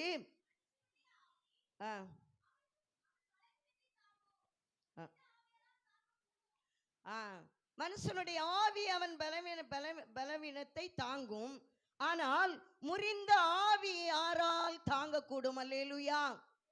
இயேசு கிறிஸ்துனுடைய ஆவி முறிந்தது என்று சொல்லலாம். ஒரு மனுஷனுடைய பலவீனத்தை அவனுடைய ஆவி தாங்குகிறது. ஆனால் ஒரு மனுஷனுடைய ஆவி முறியும் போது தாங்க முடியாது. ஹல்லேலூயா, ஹல்லேலூயா. அருமையான கர்த்தருடைய பிள்ளைகளே, கிறிஸ்துவின் ஆவி முறிகிறது. ஆகையினாலதான் அங்கலாய்ப்போடு என் தேவனே, என் தேவனே, ஏன் என்னை கைவிட்டீர்? அநேக கர்த்தருடைய பிள்ளைகளுடைய வாழ்க்கையில கூட இன்றைக்கு ஏன் ஏன் என்கிற கேள்விக்குறிகள் காணப்படுகிறது, எழும்புகிறது. ஒரு ரட்சிக்கப்பட்ட அபிஷேகம் பெற்று கர்த்தருக்காக வாழ்ந்து கொண்டிருக்கிற ஒரு தேவ பிள்ளையுடைய வாழ்க்கையில அநேக நேரங்களிலே ஏன் ஏன் என்கிற கேள்விக்குறிகள் அநேக நேரங்கள் எழும்புகிறது. எத்தனைதான் நான் ஜெபித்தாலும், எத்தனைதான் நாம் ஆவியிலே நிரப்பப்பட்டாலும், இவ்வளவுதான் வசனங்களை கேட்டாலும், இவ்வளவோ ஆலோசனைகளை கேட்டாலும் கூட சில சூழ்நிலைகள் வரும்போது, சில உபத்திரவங்கள் பாடுகள் வரும்போது ஏன் என்று கேள்விக்குறி எழும்புகிறது. இயேசு கிறிஸ்து பிதாவினால் கைவிடப்பட்ட நேரத்திலே உண்மையாகவே பிதா கைவிட்டு விட்டார். எதற்காக கைவிட்டார்? நானும் நீங்களும் கைவிடப்படாதபடிக்கு இயேசு கைவிடப்பட்டார். ஹல்லேலூயா. அப்படி இயேசு கைவிடப்பட்ட நேரத்திலே அவர் சொல்லுகிறார், ஏன் என்னை கைவிட்டீர்? ஏன்? அங்கே ஒரு கேள்விக்குறி உண்டாகிறது. ஆனால் எதற்காக அவர் கைவிடப்பட்டார் என்பதை நாம் இன்றைக்கு உணர்ந்து கொள்ள வேண்டும்.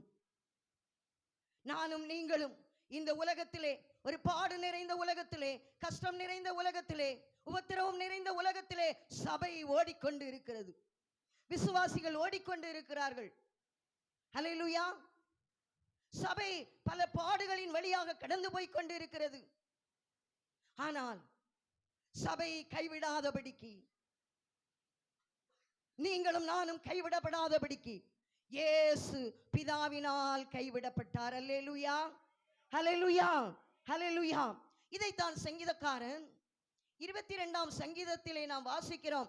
அந்த சங்கீதத்தை குறித்து, அந்த முழு சங்கீதத்தை நாம் வேதத்திலே உட்கார்ந்து படிப்போம் என்று சொன்னால் அங்கே என்ன வாசிக்கலாம்? அந்த முழு சங்கீதமும் ஒரு சிலுவையின் சங்கீதமாய் இருக்கிறது. தாவீது ராஜா அந்த சங்கீதத்திலே குறிப்பிடப்பட்டு இருக்கிறார். தன்னுடைய அநேக பாடுகளை குறித்து, அந்த முழு சங்கீதமும் பாடுகளை குறித்த ஒரு சங்கீதமாய் இருக்கிறது. அந்த 22ஆம் சங்கீதத்தில் கூட நாம் வாசிக்க முடியும் அநேக காரியங்களை. அந்த 22ஆம் சங்கீதத்தில் சொல்லப்பட்ட அநேக தீர்க்க தரிசன வார்த்தைகள் இயேசு கிறிஸ்துவின் சிலுவை பாடுகளிலே நிறைவேற்றப்படுகிறது. அல்லேலூயா, அல்லேலூயா. அருமையான கர்த்தருடைய பிள்ளைகளே, 69ஆம் சங்கீதம் 1ஆம் வசனம், அதுல 3ஆம் வசனத்தை எல்லாம் வாசிக்கும் போது அங்கே நாம் பார்க்கிறோம், வெள்ளங்கள் என் ஆத்துமா மட்டும் பெருகி இருக்கிறது, நான் கூப்பிடுகிறதுனால் இளைத்தேன், என் தொண்டை வறண்டு போயிற்று. அல்லேலூயா. வாசிங்க ஒரு முறை 69ஆம் சங்கீதம் 1ஆம் வசனம் வாசிங்க.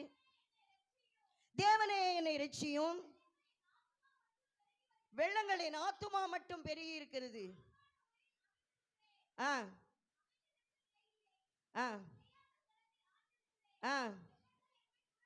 வெள்ளங்கள் என் மேல் புரண்டு போகிறது, நான் கூப்பிடுகிறதினால் இளைத்தேன், என் தொண்டை வறண்டு போயிற்று. அல்லேலூயா.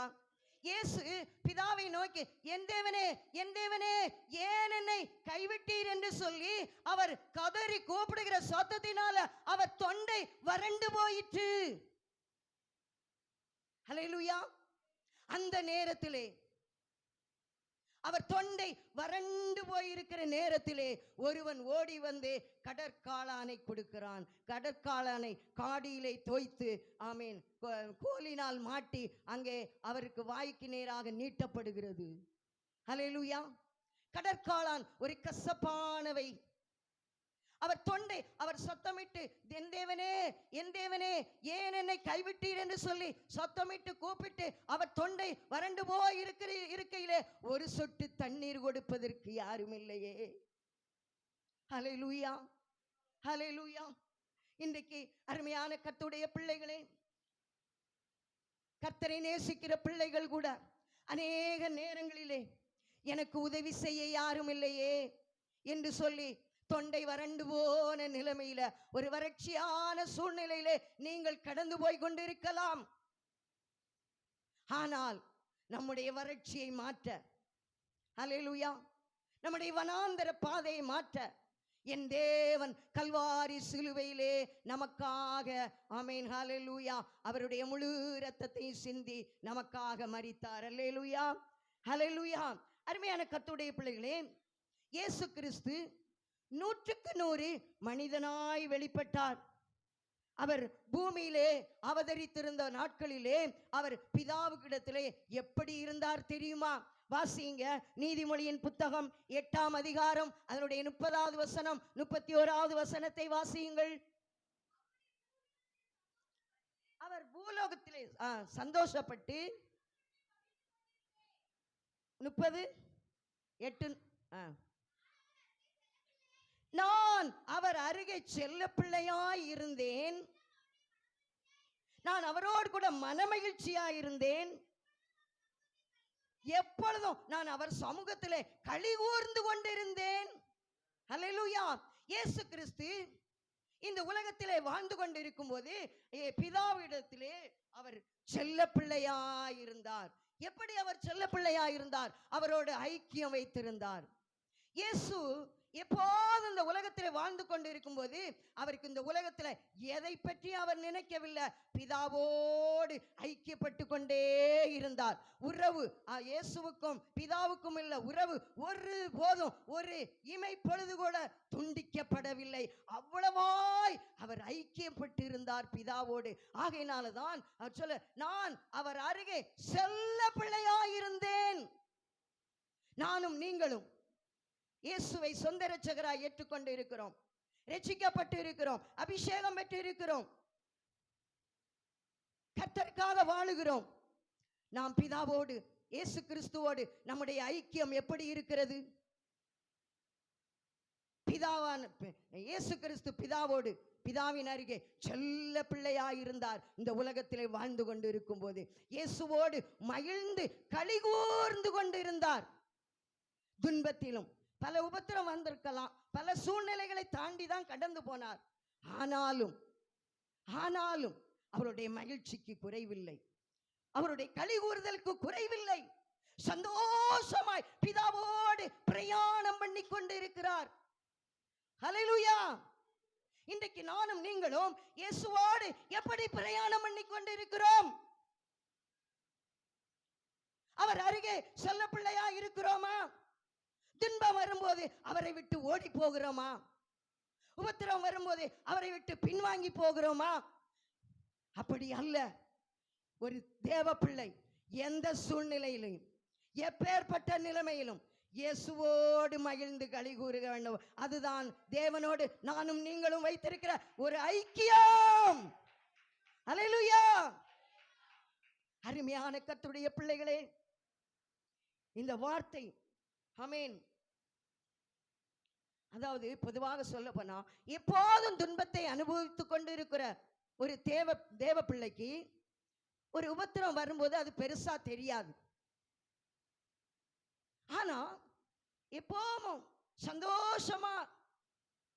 சந்தோஷத்தையே அனுபவித்துக் கொண்டு இருக்கிற ஒரு தேவ பிள்ளையுடைய வாழ்க்கையில ஒரு சிறிய கஷ்டம் வந்தாலும் அது ஒரு பெரிய உபத்திரவமா தெரியும். அல்லேலூயா, அல்லேலூயா. இந்த இயேசு பிதாவோடு செல்ல பிள்ளையாய் அவரோடு மகிழ்ந்து அவரோடு களி கூர்ந்து அவர் சந்தோஷமாய் பிரயாணப்பட்டு கொண்டிருக்கும் போது அவருக்கு ஒரு சிலுவை மரணம் வருகிறது, சிலுவை பாடுகள் வருகிறது. அப்ப எப்படி இருக்கும்? அந்த அவருடைய பாடுகளின் உச்சக்கட்டத்தில் என் தேவனே என் தேவனே ஏன் என்னை கைவிட்டீர் என்று கேட்கிறார். ஹல்லேலூயா, ஹல்லேலூயா. யோவேல் எழுதின தீர்க்க தரிசன புத்தகம் 3ஆம் அதிகாரம் அதனுடைய 16ஆம் வசனத்தை வாசிக்கும் போது, சீயோனிலிருந்து அவர் கெர்ச்சித்து எருசலேமில் இருந்து அவர் சத்தமிடுவார் என்று நாம் பார்க்கிறோம். அவர் சீயோனிலிருந்து கெர்ச்சிக்கிறார், எருசலேமில் இருந்து சத்தமிடுகிறார். ஹல்லேலூயா. அவர் கர்ச்சிக்கிறார். அவருடைய சத்தம் ஒரு சீயோனிலிருந்து கெர்ச்சிப்பு. ஹல்லேலூயா. அவருடைய சத்தம் சாதாரணமான சத்தம் அல்ல. ஹல்லேலூயா. நாம் உலகத்துக்காக உலக காரியங்களை பேசும்போது நல்ல சத்தமா பேசுவோம், நல்ல தொண்டையை நீட்டுவோம். ஹல்லேலூயா. மற்றவர்களை குறித்து குறை சொல்லி பேசும்போது நல்ல தொண்டையில பயங்கரமா சத்தம் வரும். ஆனா ஜெபம் பண்ணும்போது ஒரு சத்தமும் இருக்காது. ஹல்லேலூயா. அவர் சீயோனில் இருந்து கெர்ச்சிக்கிறார். கர்த்தருக்காக நாம் கெர்ச்சிக்கிறவர்களாய் இருக்க வேண்டும். ஹல்லேலூயா. கர்த்தருக்காக நாம் எருசலேமில் இருந்து அவர் சத்தமிடுகிறார். ஹல்லேலூயா. நாம் நம்முடைய சத்தத்தை கர்த்தருக்காக செலவு பண்ண வேண்டும். நாம் கர்த்தருக்காக கெர்ச்சிக்கிறவர்களாய் இருக்க வேண்டும். உலகத்துக்காக கெர்ச்சித்து, உலகத்துக்காக சத்தமிட்டு, உலகத்துக்காக அப்படியே பயங்கரமாக சத்தம் போட்டு எந்த பிரயோஜனமும் கிடையாது. நீங்களும் நானும் இயேசுவுக்காக சத்தமிடுவோம் என்று சொன்னால் நிச்சயமாக நிச்சயமாக ஒரு நாள் பிரதிபலன் உண்டு. ஹல்லேலூயா. ஹல்லேலூயா. இயேசு என் தேவனே என் தேவனே ஏன் என்னை கைவிட்டீர் என்று சொல்லுகிற நேரம் அது ஒரு மத்தியான நேரமாயிருந்தது. ஹல்லேலூயா. ஹல்லேலூயா. இயேசு கெத்செமனே தோட்டத்திலே பிதாவோடு அவர் ஜெபிக்கும் போது, பிதாவிடத்தில் ஜெபிக்கும் போது, பிதாவே இந்த பாத்திரம் என்னை விட்டு நீங்க கூடுமானால் நீங்கும்படி செய்யும் என்று ஜெபிக்கிறார். ஆனா அப்படி ஜெபிக்கிற நேரத்துல அங்கே வானத்திலிருந்து ஒரு தூதன் அவரை பலப்படுத்துகிறார். அல்லேலூயா. அல்லேலூயா. இயேசு ஜெபிக்கிறார், தேவனே இந்த பாத்திரம் என்னை விட்டு நீங்க கூடுமானால், உமக்கு சித்தமானால் என்னை விட்டு நீங்கும்படி செய்யும். ஆனா நீங்கும்படி செய்யல பிதா. ஆனா என்ன செய்தார்? தூதனை அனுப்பி இயேசு கிறிஸ்துவை பலப்படுத்துகிறார். அல்லேலூயா. அல்லேலூயா. உபத்திரம் வரும்போது, பாடுகள் வரும்போது கர்த்தர் நம்மை பலப்படுத்துகிறவர். அல்லேலூயா. உங்களுடைய என்னுடைய பலவீனத்திலே அவர் பலப்படுத்துகிற தேவன். நம்மை பலப்படுத்துவதற்காக அவர் கைவிடப்பட்டார். அல்லேலூயா.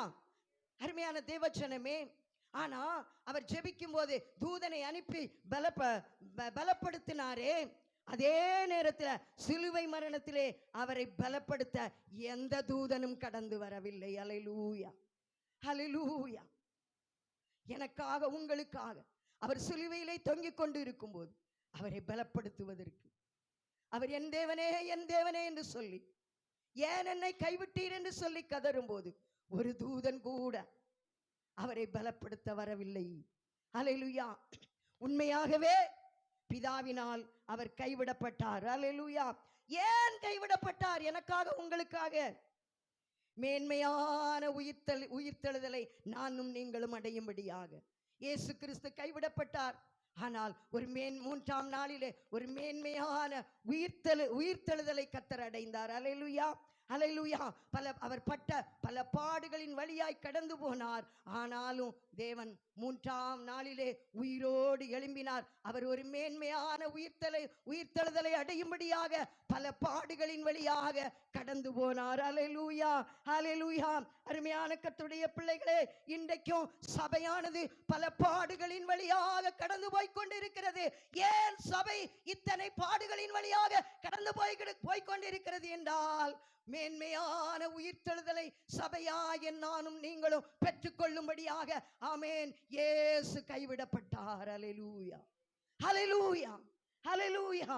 அருமையான கர்த்தருடைய பிள்ளைகளே, இயேசு கிறிஸ்துவினுடைய சிலுவையுடன் சபைக்கும் ஒரு தேவ பிள்ளைக்கும் பங்கு உண்டு. எத்தனை பேர் விசுவாசிக்கீங்க? விசுவாசிக்கிறவர்கள் கரங்களை தட்டி தேவனை மகிமைப்படுத்த முடியுமா?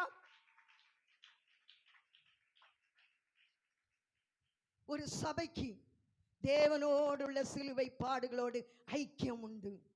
ஹல்லேலூயா. அவரோடு கூட பாடுகளை சகித்தோமானால் அவரோடு கூட மேன்மையான உயிர்த்தெழுதலை ஆமே நாம் பெற்றுக்கொள்ளும்படியாக நாம் அவரோடு கூட ஆளுகை செய்வோம் என்பதை நானும் நீங்களும் மறந்துவிடக் கூடாது. ஹல்லேலூயா. இக்காலத்து பாடுகள் வரப்போகிற மகிமைக்கு ஒப்பிடத்தக்கதல்ல. ஹல்லேலூயா. என்ன கஷ்டம் வந்தாலும், என்ன உபத்திரம் வந்தாலும், என்ன பாடுகள் வந்தாலும், ஆமேன், சபையை விட்டு விடக்கூடாது. சபையை விட்டு விடக்கூடாது. சபையிலே தான் உனக்கு ஒரு மேன்மையான ஐக்கியம் இருக்கிறது. சபையில் தான் உனக்கு கர்த்தர் ஒரு மேன்மையான உயிர்த்தெழுதலின், ஆமென், ஹல்லேலூயா, ஓ ஹரபலப ஷரபா, ஒரு மேன்மையான உயிர்த்தெழுதலை உங்களுக்கும் எனக்கும் வைத்திருக்கிறார் என்பதை நானும் நீங்களும் மறந்துவிடக் கூடாது. சபைக்கு பாடுகள் உண்டு, சபைக்கு உபத்திரவம் உண்டு. அருமையான கர்த்தருடைய பிள்ளைகளே, என்ன உபத்திரம் வந்தாலும், என்ன பாடுகள் வந்தாலும் இயேசு நம்மை கைவிட மாட்டார். ஏனென்றால் நானும் நீங்களும் சபை கைவிடப்படாதபடிக்கு இயேசு கைவிடப்பட்டார் என்பதை நீங்கள் மறந்துவிடக் கூடாது. நிச்சயமாகவே ஹல்லேலூயா, அந்த மேன்மையான உயிர்த்தெழுதலை நாம் ஒரு நாள் நாம் கண்டுகொள்ளுவோம். ஹல்லேலூயா. இயேசுவோடு கூட பாடுகளை சகித்தோமானால் அந்த மேன்மையான உயிர்த்தெழுதலின், ஆமேன், அனுபவத்தை அதி சீக்கிரத்திலே பெற நாம் காத்திருக்கிறோம். சபை காத்திருக்கிறது. இயேசு சீக்கிரமாய் அந்த ஆனந்த பாக்கியத்துக்குள்ளே, ஆமேன், வரப்போகிற மகிமைக்குள்ளே நம்மை அழைத்து செல்ல அவர் காத்து கொண்டிருக்கிறார். கர்த்தர் தாமே இந்த வார்த்தையை ஆசீர்வதிப்பாராக. ஆமேன். ஆமென். கரங்களை தட்டி ஆண்டவரை மகிமைப்படுத்துவோம். ஸ்தோத்திரம், ஸ்தோத்திரம். ஊறுகாயோ நெஞ்சமே நீ குருசீனில் அந்தோ பா கரங்கால்கள் ஆணியேறி தீருமே நீ நையுதே. Praise the Lord. ஐந்தாவது வார்த்தை சகோதரர் எலியா அவர்கள். கரங்களை தட்டி நாம் வரவேற்போம். ஒரு நிமிடம் நாம் தலைகளை தாழ்த்தி நாம் ஜெபம் பண்ணுவோம். மகா பரிசுத்தம் அன்பும் இரக்கமுள்ள தகப்பனே, இந்த நல்ல 3ஆம் மணி வேளையிலே இந்த இடத்துல உங்க கிருபை இறங்கி தகப்பனே பிள்ளைகளை ஆசீர்வதிக்கட்டும் தகப்பனே. இந்த மதியான வேளை கடந்து தகப்பனே, இந்த 3ஆம் மணி வேளையிலே உம்முடைய மகிமை வெளிப்படட்டும் அப்பா. நீர் இறங்கி கிரியை செய்யும்படியாய் ஜெபிக்கிறேன் தகப்பனே. இந்த பரிசுத்தமான வேளையிலே தகப்பனே எல்லா கட்டுகளையும் தகப்பனே அறுத்து விடுகிறேன் தகப்பனே. நீர் தந்த அதிகாரத்தின்படி என் தகப்பன் இந்த நாட்களில் சொன்ன வார்த்தையின்படி எல்லாம் முடிந்தது என்று சொல்லியிருக்கிறீர். கல்வாரி சிலுவையிலே எங்களுக்காய் வெற்றி சிறந்தீர். துரைத்தனங்களையும் அதிகாரங்களையும் இன்றைக்கு கல்வாரி சிலுவையிலே ஆணி எடுத்திருக்கிறீர்.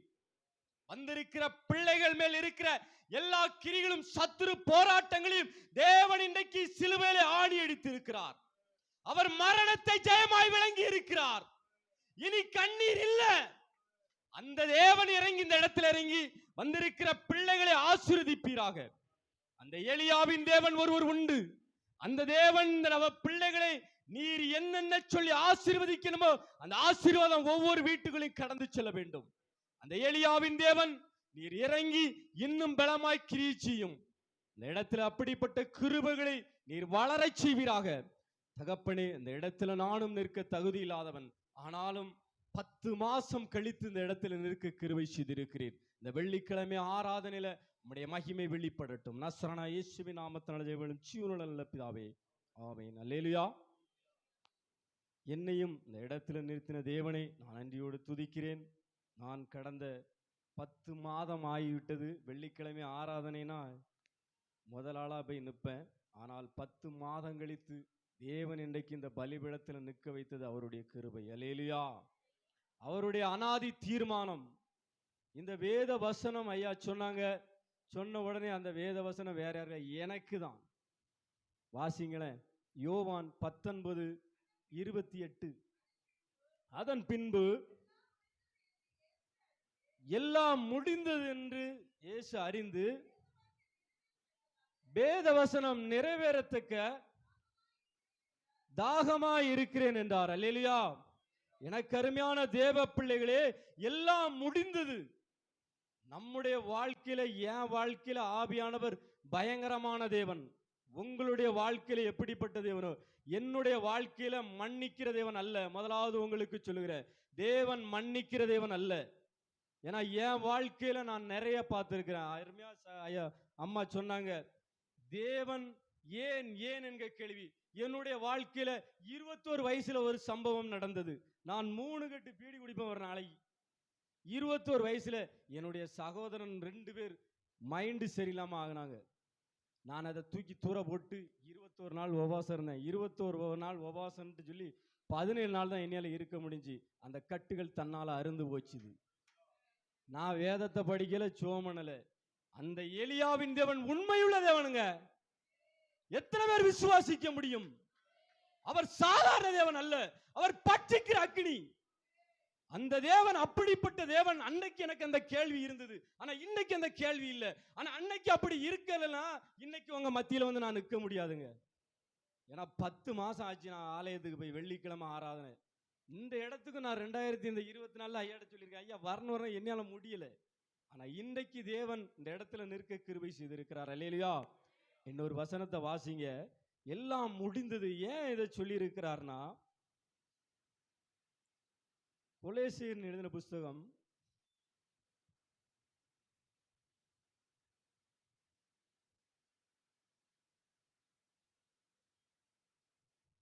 2ஆம் அதிகாரம் 14-15. நமக்கு எதிரடையாகவும் கட்டளைகளால் நமக்கு விரோதமாக இருந்த கையெழுத்தை குலைத்து அதை நடுவில் இராதபடி எடுத்து சிலுவையின் மேல் ஆணி அடித்து துரைத்தனங்களையும் அதிகாரங்களையும் உரிந்து கொண்டு வெளியரங்கமான கோலமாக்கி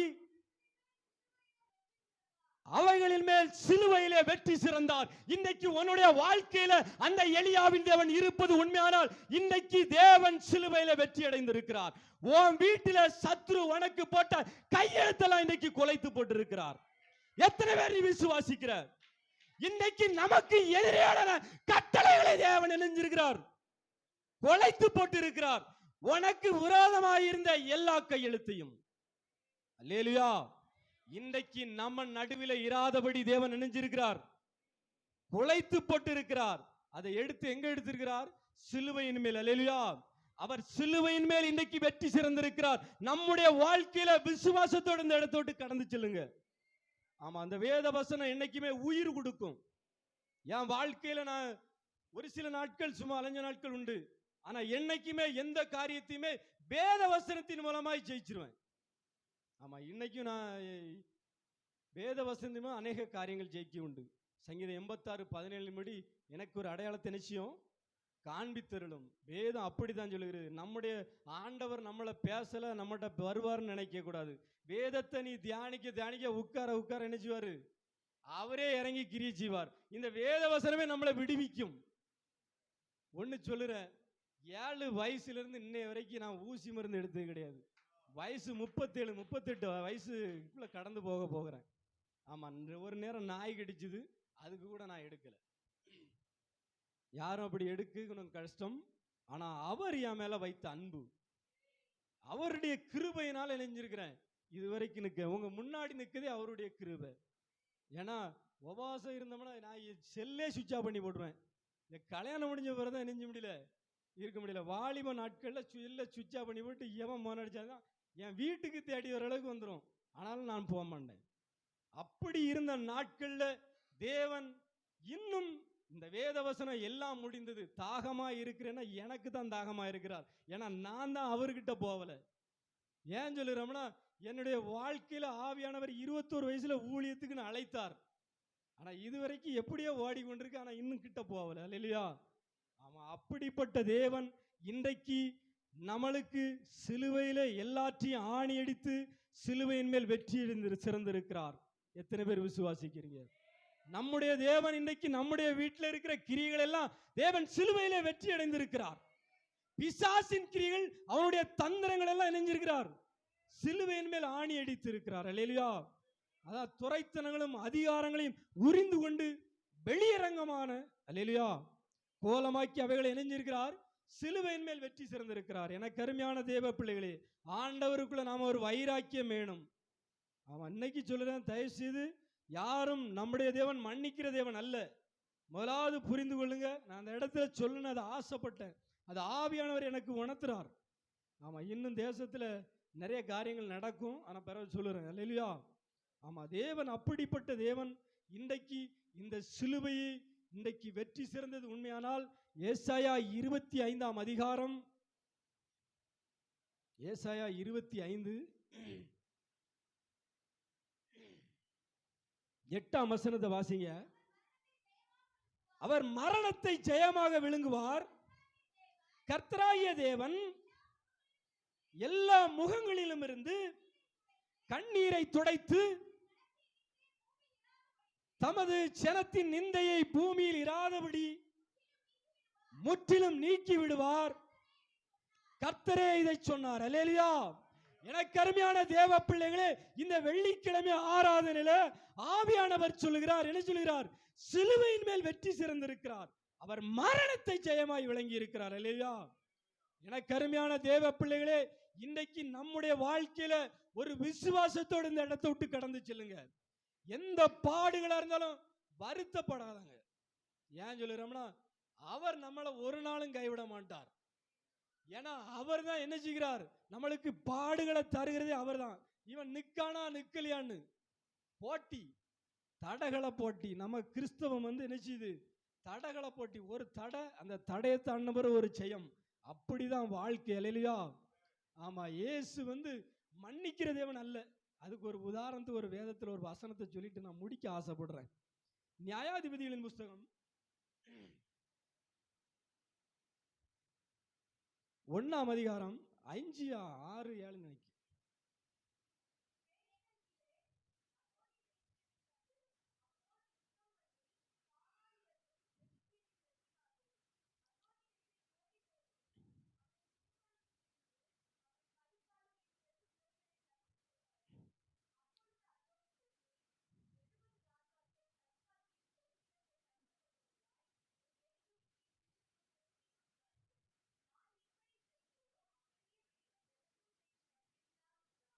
அல்லேலூயா. ஏன் இந்த வேத வசனத்தை சொல்லுகிறோம்னா, தேவன் எனக்கு செய்து சரி கட்டினார். அல்லேலூயா. நான் அநேக இந்த வேத வசனத்தை டெய்லி நினைப்பேன். அநேக காரியத்தை குறித்து நினைத்திருக்கிறேன். நிறைய குடும்பங்களை குறித்து. ஏன் சொல்லுறோம்? தேவன் நாம எதை செய்தோமோ அதை நமக்கு தான் செய்வார். அல்லேலூயா. அடுத்த ஆளுக்கு செய்யவே மாட்டார். அதான் நான் சொல்லுவேன், மன்னிக்கிற தேவன் அல்ல. என்னுடைய வாழ்க்கையில அவர் மன்னிக்கிறதே இல்லை. அல்லேலூயா. அப்படிப்பட்ட தேவன் இன்னைக்கு மரணத்தை உங்களுக்கு ஜெயமாய் விளங்கி தந்திருக்கிறார். அல்லேலூயா. நீங்க இன்னைக்கு காத்திருக்க வேண்டும். தேவன் சொல்லுகிறார், தாகமாய் இருக்கிறேன் என்று சொல்லுகிறார். அந்த தாகம் நமக்கு வேணும். அல்லேலூயா. உண்மையில சொல்லுறேன், 10 மாசம் ஆச்சுங்க வெள்ளிக்கிழமை ஆராதனையில கலந்து. அல்லேலூயா. அந்த தாகம் இன்னைக்கு எனக்கு இந்த இடத்துல வந்திருக்கேன். இனி நான் டெய்லி வர வேண்டும். அல்லேலூயா. அதுதான் அவருக்கு விருப்பம். நான் இந்தால சொல்லிட்டு இந்தால பேரக்கூடாது. அல்லேலூயா. ஆமா, போனா நிச்சயம் ஆசீர்வாதங்கள் தடைவிடும். அல்லேலூயா. நாம இருப்போம். ஆசீர்வாதங்கள் சில நமக்கு வரக்கூடிய ஆசீர்வாதங்கள் நிச்சயம் தடைவிடும். அல்லேலூயா. எனக்கு அருமையான தேவ பிள்ளைகளே, வேத வசனம் நிறைவேறத்தக்க தாகமாய் இருக்கிறேன். ஆவியானவர் அப்படிப்பட்ட வாக்குத்தத்தை எனக்குள்ள வைத்திருக்கிறாருங்க. உங்களுக்குள்ள வைத்திருக்கிறாரா? வச்சிருப்பாரு, நீங்க அதை பயன்படுத்தல. அல்லேலூயா. இன்றைக்கு சொல்கிறேன், ஆவியானவர் நிச்சயமாய் நமக்கும் ஒரு வேத வசனத்தை தந்து நம்ம பிள்ளை இந்த வேத வசனத்தை நிச்சயம் நிறைவேறத்தக்க அவர் தாகமாய் இருக்கிறார். நிச்சயமாய் அவரிடத்தில் நாம சேரத்தில் நிச்சயமா அதை செய்வார். அல்லேலூயா. ஆமா, அப்படி கடந்து சென்றவர் தான் யாரு? சகேயு மரத்துல போய் ஏறி இருந்தார். அவரை தேடி தாகமாய் இருக்க போய் தான் அவரை தேடி போனார். அல்லேலூயா. அந்த தேவன் இன்றைக்கும் அப்படிப்பட்ட கிருபைகளை நமக்கு அளித்தது உண்மையானால், எனக்கு அருமையான தேவ பிள்ளைகளே, ஆவியானவர் இன்னும் நாம வைராக்கியமாய் இன்னும் பற்றி பிடிக்க வேண்டும். அல்லேலூயா. ஆமா, கிறிஸ்தவம் என்பது நான் சொல்றேன், ஒரு சோதனை வந்தா கலங்காதங்க, தைரியமாய் நில்லுங்க. அல்லேலூயா. ஆமா, 21 வயசுல என் சகோதரர்களுக்கு 2 சகோதரர்களுக்கு அப்படி வந்தது. ஊர் என்ன சொல்லியிருக்குன்னு உங்களுக்கே தெரியும். அல்லேலூயா. உலகம் என்ன சொல்லியிருக்குன்னு தெரியும். செல்ல சுவிட்ச் ஆஃப் பண்ணி போட்டு என் பாட்டுக்கு இருந்தேன். அல்லேலூயா. ஆமாம் 17 நாள் தான் இருந்தேன். 24 நாள் இருக்குன்ட்டு போனேன். ஆனால் 17 நாள் தான் இருந்தேன். ஆனால் ஆவியானவர் ஒரு பெரிய விடுதலை கட்டளையிட்டார். அல்லேலூயா. ஆமாம், இன்றைக்கு 2 பிள்ளைகளுக்கு தகப்பனார்களா 2 பேருமே இருக்கிறாங்க. அவர் செய்த நன்மை அப்படிப்பட்டது. ஏன்னா அன்னைக்கு அப்படி இல்லைன்னா நான் இன்றைக்கு உங்க மத்தியில் நிற்க கஷ்டம். அல்லேலூயா. ஒரு மனுஷனை இழுக்க நினைச்சா அவர் எப்படினாலும் இழுப்பார். அவர் ஜெயத்தை தரனா எப்படினாலும் ஜெயத்தை தருவார். அல்லேலூயா. ஆமா, விசுவாசத்தோடு கடந்து செல்லுங்க. இந்த வேத வசனம் இன்றைக்கு நம்முடைய வாழ்க்கையில உயிர் உடுக்க வேண்டும். ஜீவன், அப்படிப்பட்ட ஜீவன் நமக்குள் இருக்க வேண்டும். சகைவை தேடி அவர் மரத்தடிக்கு போனது உண்மையானால் இன்றைக்கு நம்மளை தேடியும் அவர் வருவார். அல்லேலூயா. அவர் தாகமாய் இருக்கிறார். வேத வசனம் நிறைவேறத்தக்க நம்முடைய வாழ்க்கையிலும் அப்படிப்பட்ட தாகம் வேண்டும். அல்லேலூயா. அந்த தேவன் இன்னும் உங்களை ஆசீர்வதிப்பார். இன்னும் அநேக சாட்சிகள் இருக்கு, நான் பிறகு சொல்லுகிறேன். அல்லேலூயா. நம்ம நேரம் ஆயிட்டு இந்த சிறு சாட்சியை தேவன் நாம் ஆசீர்வதிப்பாராக. அல்லேலூயா. Praise the Lord. நல்ல அல்லேலூயா. கரங்களை தட்டி ஆண்டவரை மகிமைப்படுத்துவோம். ஸ்தோத்திரம். கிருபையின் வாசல் அடைபடும் முன்னே மரணத்தின் சாயல் இணைந்திடுவாயே. கிருபையின் வாசல் அடைபடும் முன்னே மரணத்தின் சாயல் இணைந்திடுவாயே. உருவாக்கியே புது சிருஷ்டியில் வளர கிருபையும் வழித்திடுவார். ஆணிகள் பாய்ந்த கரங்களை விரித்தே, ஆணிகள் பாய்ந்த கரங்களை விரித்தே, ஆவலாயே சுன்னை அழைக்கிறாரே, ஆவலாயே சுன்னை அழைக்கிறாரே. Praise the Lord. 6வது வார்த்தை சகோதரர் சண்முகம். கரங்களை தட்டி நாம் வரவேற்போம்.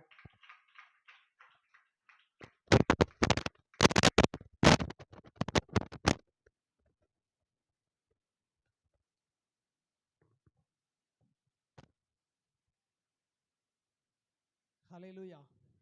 கண்களை மூடி ஒரு நிமிடம். ஏதேன் தோட்ட உறவு என்றும் தொடர வேண்டும். ஏதேன் தோட்ட உறவு என்றும் தொடர வேண்டும்.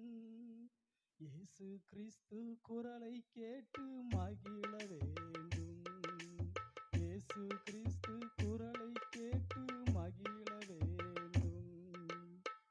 பாரி கெத்செமனே பூங்காவில் என் நேசரையே, பாவியனக்காய் வேண்டுதல் செய்திடும் சத்தம் தோணித்திடுதே.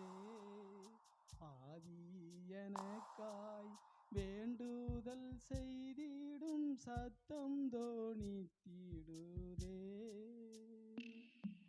ஸ்தோத்திரம் ஆண்டவரே. மாம்சம் மடிந்து ஆவியின் வார்த்தைகள் வெளிப்படட்டும் ஆண்டவரே. சபைக்கும் அடிமைக்கும் பிரயோஜனமான வார்த்தைகள் வெளிப்படட்டும். இயேசு கிறிஸ்துவின் மூலமாய் பிதாவே, ஆமென். ஒருவராய் சாவாமை உள்ளவரும் ஏக சக்கராதிபதியுமாகிய இயேசு கிறிஸ்துவின் நாமத்தினாலே உங்கள் அனைவருக்கும் வாழ்த்துக்கள். முடிந்தது வசனத்தை வாசிப்போம். யோவான் 19:30.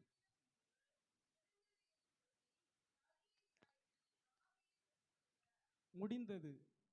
நிறைய தடவை அந்த வார்த்தையை நான் பிரசங்கம் பண்ணியிருக்கிறேன்னா, கடந்த வாரம் ஞாயிற்றுக்கிழமை நான் ஆலயத்துக்கு இங்கே பிரசங்கத்தை இருக்க முடியலை. ஓடக்கரை பிரசங்கத்துக்கு போயிட்டேன். அங்கே முடிஞ்ச வரைக்கும் மணி 12:45 ஆயிடுச்சு. அப்போ இங்கே என்ன வார்த்தை சொல்லியிருப்பாங்கன்னு தெரியல. வீட்டுக்கு கேட்ட உடனே முடிந்ததுன்ற வார்த்தையே தான் உங்களுக்கு சொல்லியிருக்காங்கப்பா அப்படின்னு பிள்ளைகள் சொல்லிச்சு. அப்போவுமே ஆண்டவர் என் வாயில் என் இருதயத்தில் போட்ட வார்த்தை என்னென்னா, ஒன்று ஏதேன் தோட்டம், இன்னொன்று கெத்செமனே தோட்டம். இந்த 2 தோட்டம் தான் எனக்கு ஆண்டவர் கொடுத்த வார்த்தை. பிள்ளைகள் சொல்லிச்சு, பாஸ்டரும் அதே வார்த்தை இந்த வாரம் பிரசங்கம் பண்ணாங்க அப்படின்ட்டு சொன்ன உடனே நான் கேட்டேன், என்ன மாதிரியான பிரசங்கன்னு கேட்கப்ப அந்த சாராம்சத்தை சொன்னாங்க. அப்போ அது வேற இது வேற. அப்போ ஆண்டவர் தந்த வார்த்தையை பேசியே ஆகணும் அப்படின்ற ஒரு சூழ்நிலையில் இந்த 2 தலைப்புகள். அதனால அந்த 2 பாடல்கள் கவியையும் படித்தேன். ஏதேன் தோட்டம், கெத்செமனே தோட்டம். கர்த்தருக்கு ஸ்தோத்திரம். இந்த பிரசங்கத்துக்கு முன்னாடி இது எதனால இந்த பிரசங்கத்தை அப்படின்ட்டு ஒரு சின்ன ஒரு வரலாறுனா சொல்லப்படாத, வேதாகமத்தில் சொல்லப்படாத ஒரு உண்மை வரலாறு. எப்படின்னா, தூதர் கூட்டங்கள் அங்கே காணப்படுகிறது. ஒவ்வொன்றுக்கும் ஒவ்வொரு தூதர் கூட்டம் பரலோகத்தில் காணப்படுகிறது. செய்தி அனுப்புவதற்கென்று ஒன்று, யுத்தத்தை நடப்பிப்பதற்கு ஒன்று, ஆராதனை நடத்துவதற்கென்று ஒன்று. இந்த ஆராதனை கூட்டத்தின் தலைவன் தான் வேதாகமத்தில் சொல்லப்பட்டிருக்கிற லூசிபர். தமிழில் சொல்லப்படவில்லை, ஆங்கில வேதாகமத்தில் லூசிபர் என்ற பெயரோடே சொல்லப்பட்டிருக்கிறது. இந்த தூதர் கூட்டம் மிகவும் அழகாக ஆராதனை செய்கிறார்கள்.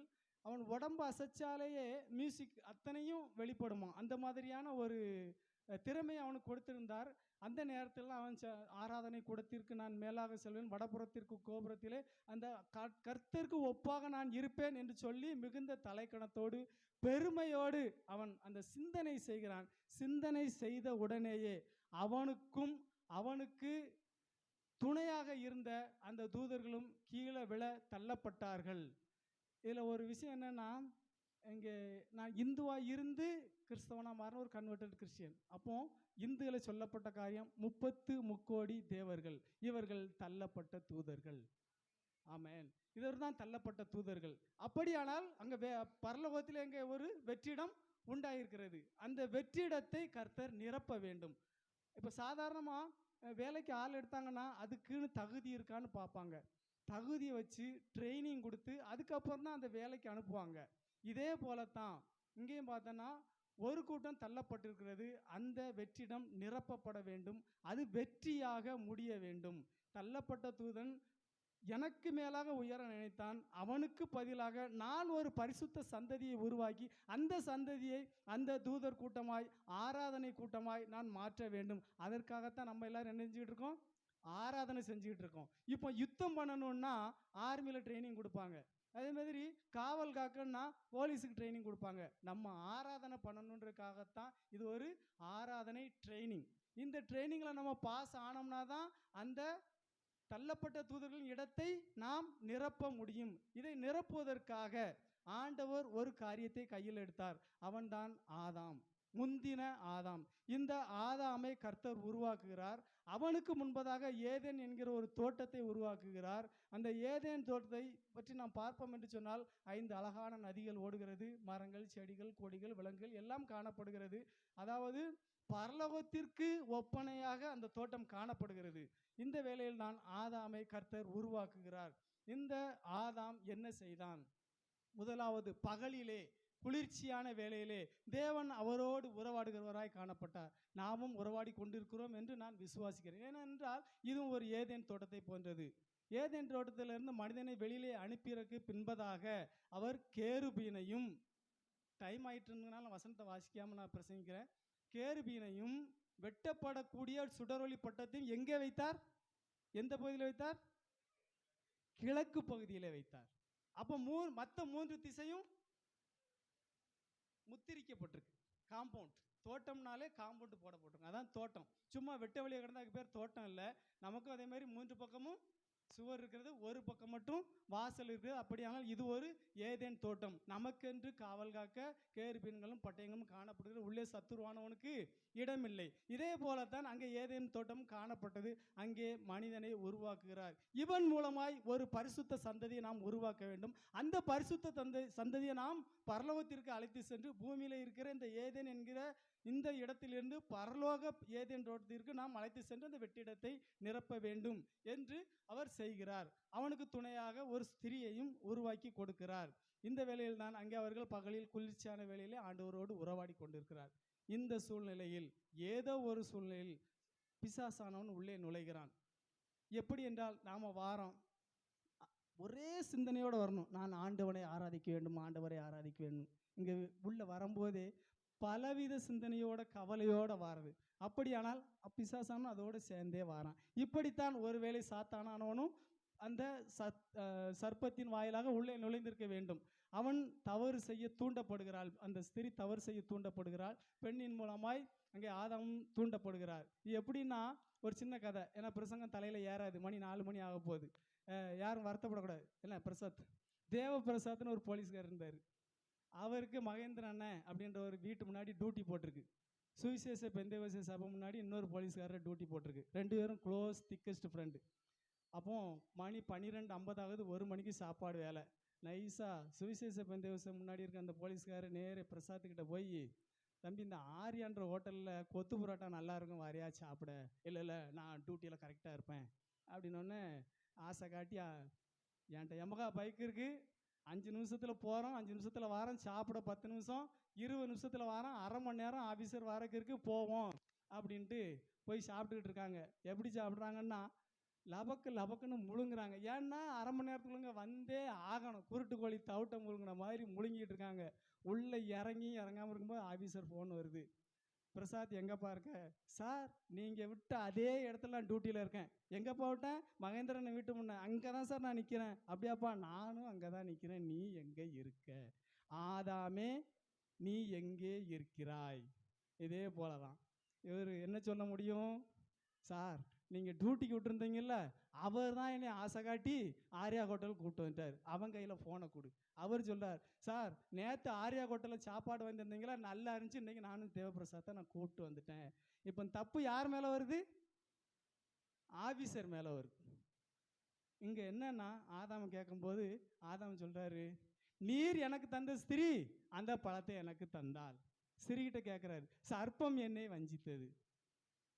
அப்போ ஆதாம் என்ன சொல்றார்? நீர் தந்த ஸ்திரீ என்னை வஞ்சித்தாள். அப்போ கடவுள் மேலே ஆதாம் என்ன சொல்றாரு? தப்பை போட்டு விடுகிறார். இதுதான், ஆதாமே நீ எங்கே இருக்கிறாய்? அப்போ இது தோல்வியில் முடிகிறது. ஒரு பரிசுத்த சந்ததியை உருவாக்க வேண்டும் என்று தேவன் ஆசைப்படுகிறார். அதை ஆதாமும் ஏவாளும் குலைத்து போட்டு தோல்வியில் முடிக்கிறார்கள். நீ எங்கே இருக்கிறாய் என்ற அந்த வார்த்தை ஒருபோதும் சபையாருக்கு வந்துவிடக் கூடாது. குளிர்ச்சியான வேளையிலே ஆண்டவர் நம்மோடு உறவாட வேண்டும். அதாவது பரிசுத்த ஆவியானவர் நம்மோடு எப்பொழுதும் உறவாடி கொண்டிருக்கிறார். அந்நிய பாஷையினால் உறவாடி கொண்டிருக்கிறார். தீர்க்க தரிசனங்களால் உரையாடி கொண்டிருக்கிறார். பிரசங்கங்களின் மூலமாய் உறவாடி கொண்டிருக்கிறார். வேத வசனங்களின் மூலமாய் உறவாடி கொண்டிருக்கிறார். சாதாரணமான சாப்பாட்டுக்கும் மற்ற காரியங்களுக்கும் நம்ம அடிமையாகி விடக்கூடாது. ஓடக்கரையில் பிரசங்கம் பண்ண அந்த ஒரு வார்த்தை ஆண்டவர் சொல்ல என்னை ஏவுகிறார். எப்படி என்றால், இதே போலத்தான் கோலியாத்திற்கு பயந்து முழு இஸ்ரேலிய படைகளும் பயந்து போய் காணப்படுகிறது. பயத்தின் ஆவியினால் அவர்கள் பிடிக்கப்பட்டிருக்கிறார்கள். எப்பொழுதும் வெற்றி பெற்று கொண்டே இருந்த அந்த இஸ்ரேலிய கூட்டம் கோலியாத் என்கிற ஒருவனை கண்டு பயந்து காணப்படுகிறது. இந்த வேளையில் அபிஷேகம் பண்ணப்பட்ட தாவீது சொல்கிறார், இவனை நான் கொலை செய்ய எத்தனிக்கிறேன் என்று சொல்கிறான். இவன் விருத்த சேதனம் இல்லாத ஒரு பெலிஸ்தியன். இவன் விருத்த சேதனம் உள்ள தேவனையும் தேவனுடைய சேனைகளையும் நிந்திப்பதற்கு இவன் யார்? நான் கரடியையும் சிங்கத்தையும் கொன்றது போல இவனை நான் கொன்று போனேன், அவைகளில் ஒன்றை போல இவனும் காணப்படுவான். நான் ஜெபத்தில் எத்தனை நேரம் எதிரிகளை, அதாவது சாத்தானுடைய காரியங்களே, அந்நிய காரியங்களே, நம்மை பிடித்து கொண்டிருக்கிற காரியங்களை சிங்கத்தை போல கரடியை போல நினைச்சிருக்கோம். சிங்கத்தை போல கரடியை போல நினைச்சோம்னா அந்த காரியங்களை நாம் எளிதாக மேற்கொள்வோம். கோலியாத்தை போல நினைச்சோம்னா, சவுல் எப்படி கோலியாத்தை அப்படி பார்த்து பயந்தாரோ அதே மாதிரி நம்ம பயந்துக்கிட்டு வாழ்க்கை பூரா அந்த பயத்திலேயே இருந்து விடுவோம். அப்பொழுது அங்கே சொல்லுகிற தாவீது சொல்கிற வார்த்தை, நான் அவனை எளிதாக மேற்கொள்வேன் என்று சொல்ல பொழுது சவுல் அவனுடைய தலைச்சீராவை கொடுக்கிறார், மார்க்க வசதியை கொடுக்கிறார், பட்டயத்தை கொடுக்கிறார். இவைகள் எல்லாம் அணிந்த பின்பு தாவீது சொல்கிற வார்த்தை, இவைகளில் நான் அப்பியாசப்படவில்லை. அப்பியாசம் என்றால் பழக்கம் இல்லை. இவைகளில் நான் பழக்கப்படவில்லை. இதே போல தான் தேவ ஜனங்களும் காணப்பட வேண்டும். ஞாயிற்றுக்கிழமை கல்யாண வீடு வரும், ஃப்ரெண்டு வருவான், வெஸ்லி போமா அப்படின்னு கூப்பிடுவான். நல்ல பிரியாணி, சிக்கன் பிரியாணி, மட்டன் வறுவல் எல்லாம் இருக்குது, போயிடும் அப்படின்னு கூப்பிடுவான். வெஸ்லிக்கு நாக்க சொல்லட்டும், சரி போய்த்தான் பார்ப்போமே அப்படின்னா பெலிஸ்தீன் ஜெயிச்சிருவான், கோலியாத் ஜெயிச்சிருவான். இல்லைப்பா நான் ஆலயத்துக்கு தான் போவேன், இந்த மாதிரி காரியங்களில் ஞாயிற்றுக்கிழமைகளில் நான் பழக்கப்பட்டவன் அல்ல, நீயும் என்னோடு கூட ஆலயத்திற்கு வா அப்படின்று அழைத்தால் அவன் பெலிஸ்தீனை கொன்று போட்ட ஒரு தாவீதை போல காணப்படுவான். இல்லை என்றால் பெலிஸ்தீனுக்கு பயந்த சவுலை போல காணப்படுவான். அதே போல தான் இன்றைய வாழ்க்கையிலும் நம்முடைய வாழ்க்கையிலும், ஆதாமே நீ எங்கே இருக்கிறாய் என்ற கேள்வி ஒருபோதும் தேவன் நம்மை பார்த்து கேட்டு விடக்கூடாது. இங்கே அப்படி கேட்டு விட்டதினால் ஒரு தோல்வியில் முடிந்தது. தேவன் செய்ய நினைத்த காரியம் அவரால் உருவாக்கப்பட்ட மனிதனால் தோல்வியில் முடிந்தது. இங்கே பார்த்தோம் என்று சொன்னால் பேதுருவிலே சொல்லப்பட்டிருக்கிறது, ஒருவன் எதற்கு அடிமையாக இருக்கிறானோ எதனால் ஜெயிக்கப்பட்டிருக்கிறானோ அதற்கு அவன் அடிமையாய் காணப்படுகிறான். நீங்கள் உலகத்தால் ஜெயிக்கப்பட்டிருப்பீர்கள் என்று சொன்னால் அதற்கு அடிமைப்பட்டு போவீர்கள். அங்கே நன்மை தீமை அறியத்தக்க கனி அவர்கள் புசித்தார்கள். அவர்கள் அந்த காரியம் தோல்வியில் முடிந்து போனது. இம்மைக்காக மாத்திரம் நாம் கிறிஸ்துவின் மேல் நம்பிக்கையுள்ளவர்களாய் காணப்பட்டார் எல்லா மனிதர்களும் பரிதபிக்கப்பட்டவர்களாய் இருப்போம் என்று 1 கொரிந்தியர் 15:19 தெளிவாக பவுல் சொல்லியிருக்கிறார். இன்மைக்காக மாத்திரம் ஒருபோதும் நாம் மனிதர்களையோ உலகத்தை சார்ந்து நடக்கிறவர்களாய் காணப்படக்கூடாது. ஒரு காரியம், அதாவது இஸ்ரேலில் நடந்த ஒரு சம்பவம்னு சொல்கிறாங்க. ஒரு ஆலயத்திலேருந்து 10,000 ரூபா அவருக்கு தேவை. ஆலயத்தில் முடங்காடு படிட்டு ரொம்ப நேரமாக கண்ணீர் விட்டு ஜெபம் பண்ணுறாரு. ஒரு கோடீஸ்வரர் அந்த நேரம் ஆலயத்துக்கு வராரு. அவர் ஜெபம் பண்ணி முடிக்கிறவரை நின்று, அவர் ஜெபம் பண்ணி முடிச்சதுக்கப்புறம் கூப்பிட்டு, என்னப்பா விஷயம்னா, எனக்கு ஒரு 10,000 ரூபா தேவைப்படுது, ஆண்டவர்கிட்ட நான் கேட்டு வந்தேன். எப்படி? ஒரு பணக்காரங்கிட்ட போய் கேட்கல, நண்பர்கள்ட்ட கேட்கல, யார்கிட்டையும் கேட்கல. இவர் போய் கேட்குறாரு, ஆண்டவர்கிட்ட போய் கேட்குறாரு. அப்போ அவர் என்கிட்ட 10,000 ரூபா இருக்கு வாங்கிக்கிட்டேன், தாங்க அப்படின்னு சொல்லிட்டு வாங்கிட்டு திரும்ப உள்ள வந்து ஜெபம் பண்ணிட்டு வெளியில் போவோம். ஒரு விசிட்டிங் கார்டை கொடுத்துட்டு, இனி எப்போ பணம் தேவைப்பட்டாலும் நீ என்கிட்ட வா அப்படின்ன உடனே விசிட்டிங் கார்டை திரும்ப கொடுத்துட்டு, இல்லை உங்களை அனுப்பின ஆண்டவரிடத்துல தான் நான் கேட்பேன் ஒழிய உங்ககிட்ட நான் கேட்க மாட்டேன். இந்த விசுவாசத்தை பார்த்து அவர் மிரண்டு போயிட்டாராம். இப்படிப்பட்டதான விசுவாசம் நமக்குள்ள, ஒரு மூர்க்கத்தனமான வெறித்தனமான ஒரு விசுவாசம் நமக்குள்ள வேணும். எந்த தேவையாக இருந்தாலும் ஆண்டவர்கிட்ட நம்ம வேண்டுதல் செய்யணும். அவருக்கு சித்தமானால் அது வாய்க்கும், இல்லாத பட்சத்தில் அது வாய்க்காமல் போகும். ஏதாவது ஒரு சூழ்நிலை வாய்த்தே ஆகும். முழு இஸ்ரேல் படைகளும் பயந்து கொண்டிருக்கிறது. கோலியாத் ஒவ்வொரு நாளும் வந்து நிந்தித்து கொண்டிருக்கிறான். ஐயோ, நான் நிந்தனைப்பட்டு கொண்டிருக்கிறேனே, அவமானப்பட்டு கொண்டிருக்கிறேனே, கஷ்டப்பட்டு கொண்டிருக்கிறேனே என்றெல்லாம் நினைக்காதீங்க. அந்த அவமானங்கள் எல்லாம் தாங்கி கொண்டு நான் நிலை நிற்போமானால் கர்த்தர் கண்டிப்பாக வெற்றியை கொடுப்பார். நாம் தேவனிடத்தில் முழு விசுவாசம் உள்ளவர்களாய் காணப்படணும். அது வேலையாக இருந்தாலும் சரி, பதவியாக இருந்தாலும் சரி, எதாக இருந்தாலும் சரி, நமக்கு தேவைகள் எந்த தேவைகளாக இருந்தாலும் கர்த்தரிடத்தில், கர்த்தருடைய பட்சத்தில் நாம் இருப்போம் என்று சொன்னால் கண்டிப்பாக ஜெயத்தை கொடுப்பார். ஆனால் இங்கே ஆதாம் அந்த தவறை செய்து விட்டதினால் ஏதேன் தோட்டத்தை விட்டு விரட்டப்படுகிறார். விரட்டப்பட்டு கீழ்த்திசையாக விரட்டப்பட்டு கிழக்கே அவர் சுடரொளி பட்டயம், வெட்டுகின்ற சுடரொளி பட்டயம், சாதாரண பட்டயம், வெட்டுகிற சுடரொளி பட்டயத்தையும் கேருபீனையும் காவலுக்கு வைக்கிறார். இதற்கு பின்பதாக அந்த இடத்திலே நன்மை தீமை தக்க அறியத்தக்க அந்த கனியை கொடுக்கிற அந்த விருட்சமும் ஜீவ விருட்சத்தின் கனியும் இல்லை, அது பரலோகம் சென்று விட்டது. அதற்கு ஆதாரமாக வெளிப்படுத்தல் 2ஆம் அதிகாரம் 7ஆம் வசனத்தில் சொல்லப்பட்டிருக்கிறது, ஜெயம் கொள்ளுகிறவன் எவன் அவனுக்கு பரதீசில் இருக்கிற ஜீவ விருட்சத்தின் கனியை நான் கொடுப்பேன். அப்போ அந்த ஜீவ விருட்சம் எங்க போயிருச்சு? நான் வேதாகம சத்தியத்தின்படி, அது சொல்லப்பட்ட வார்த்தையின்படி சொல்கிறேன்.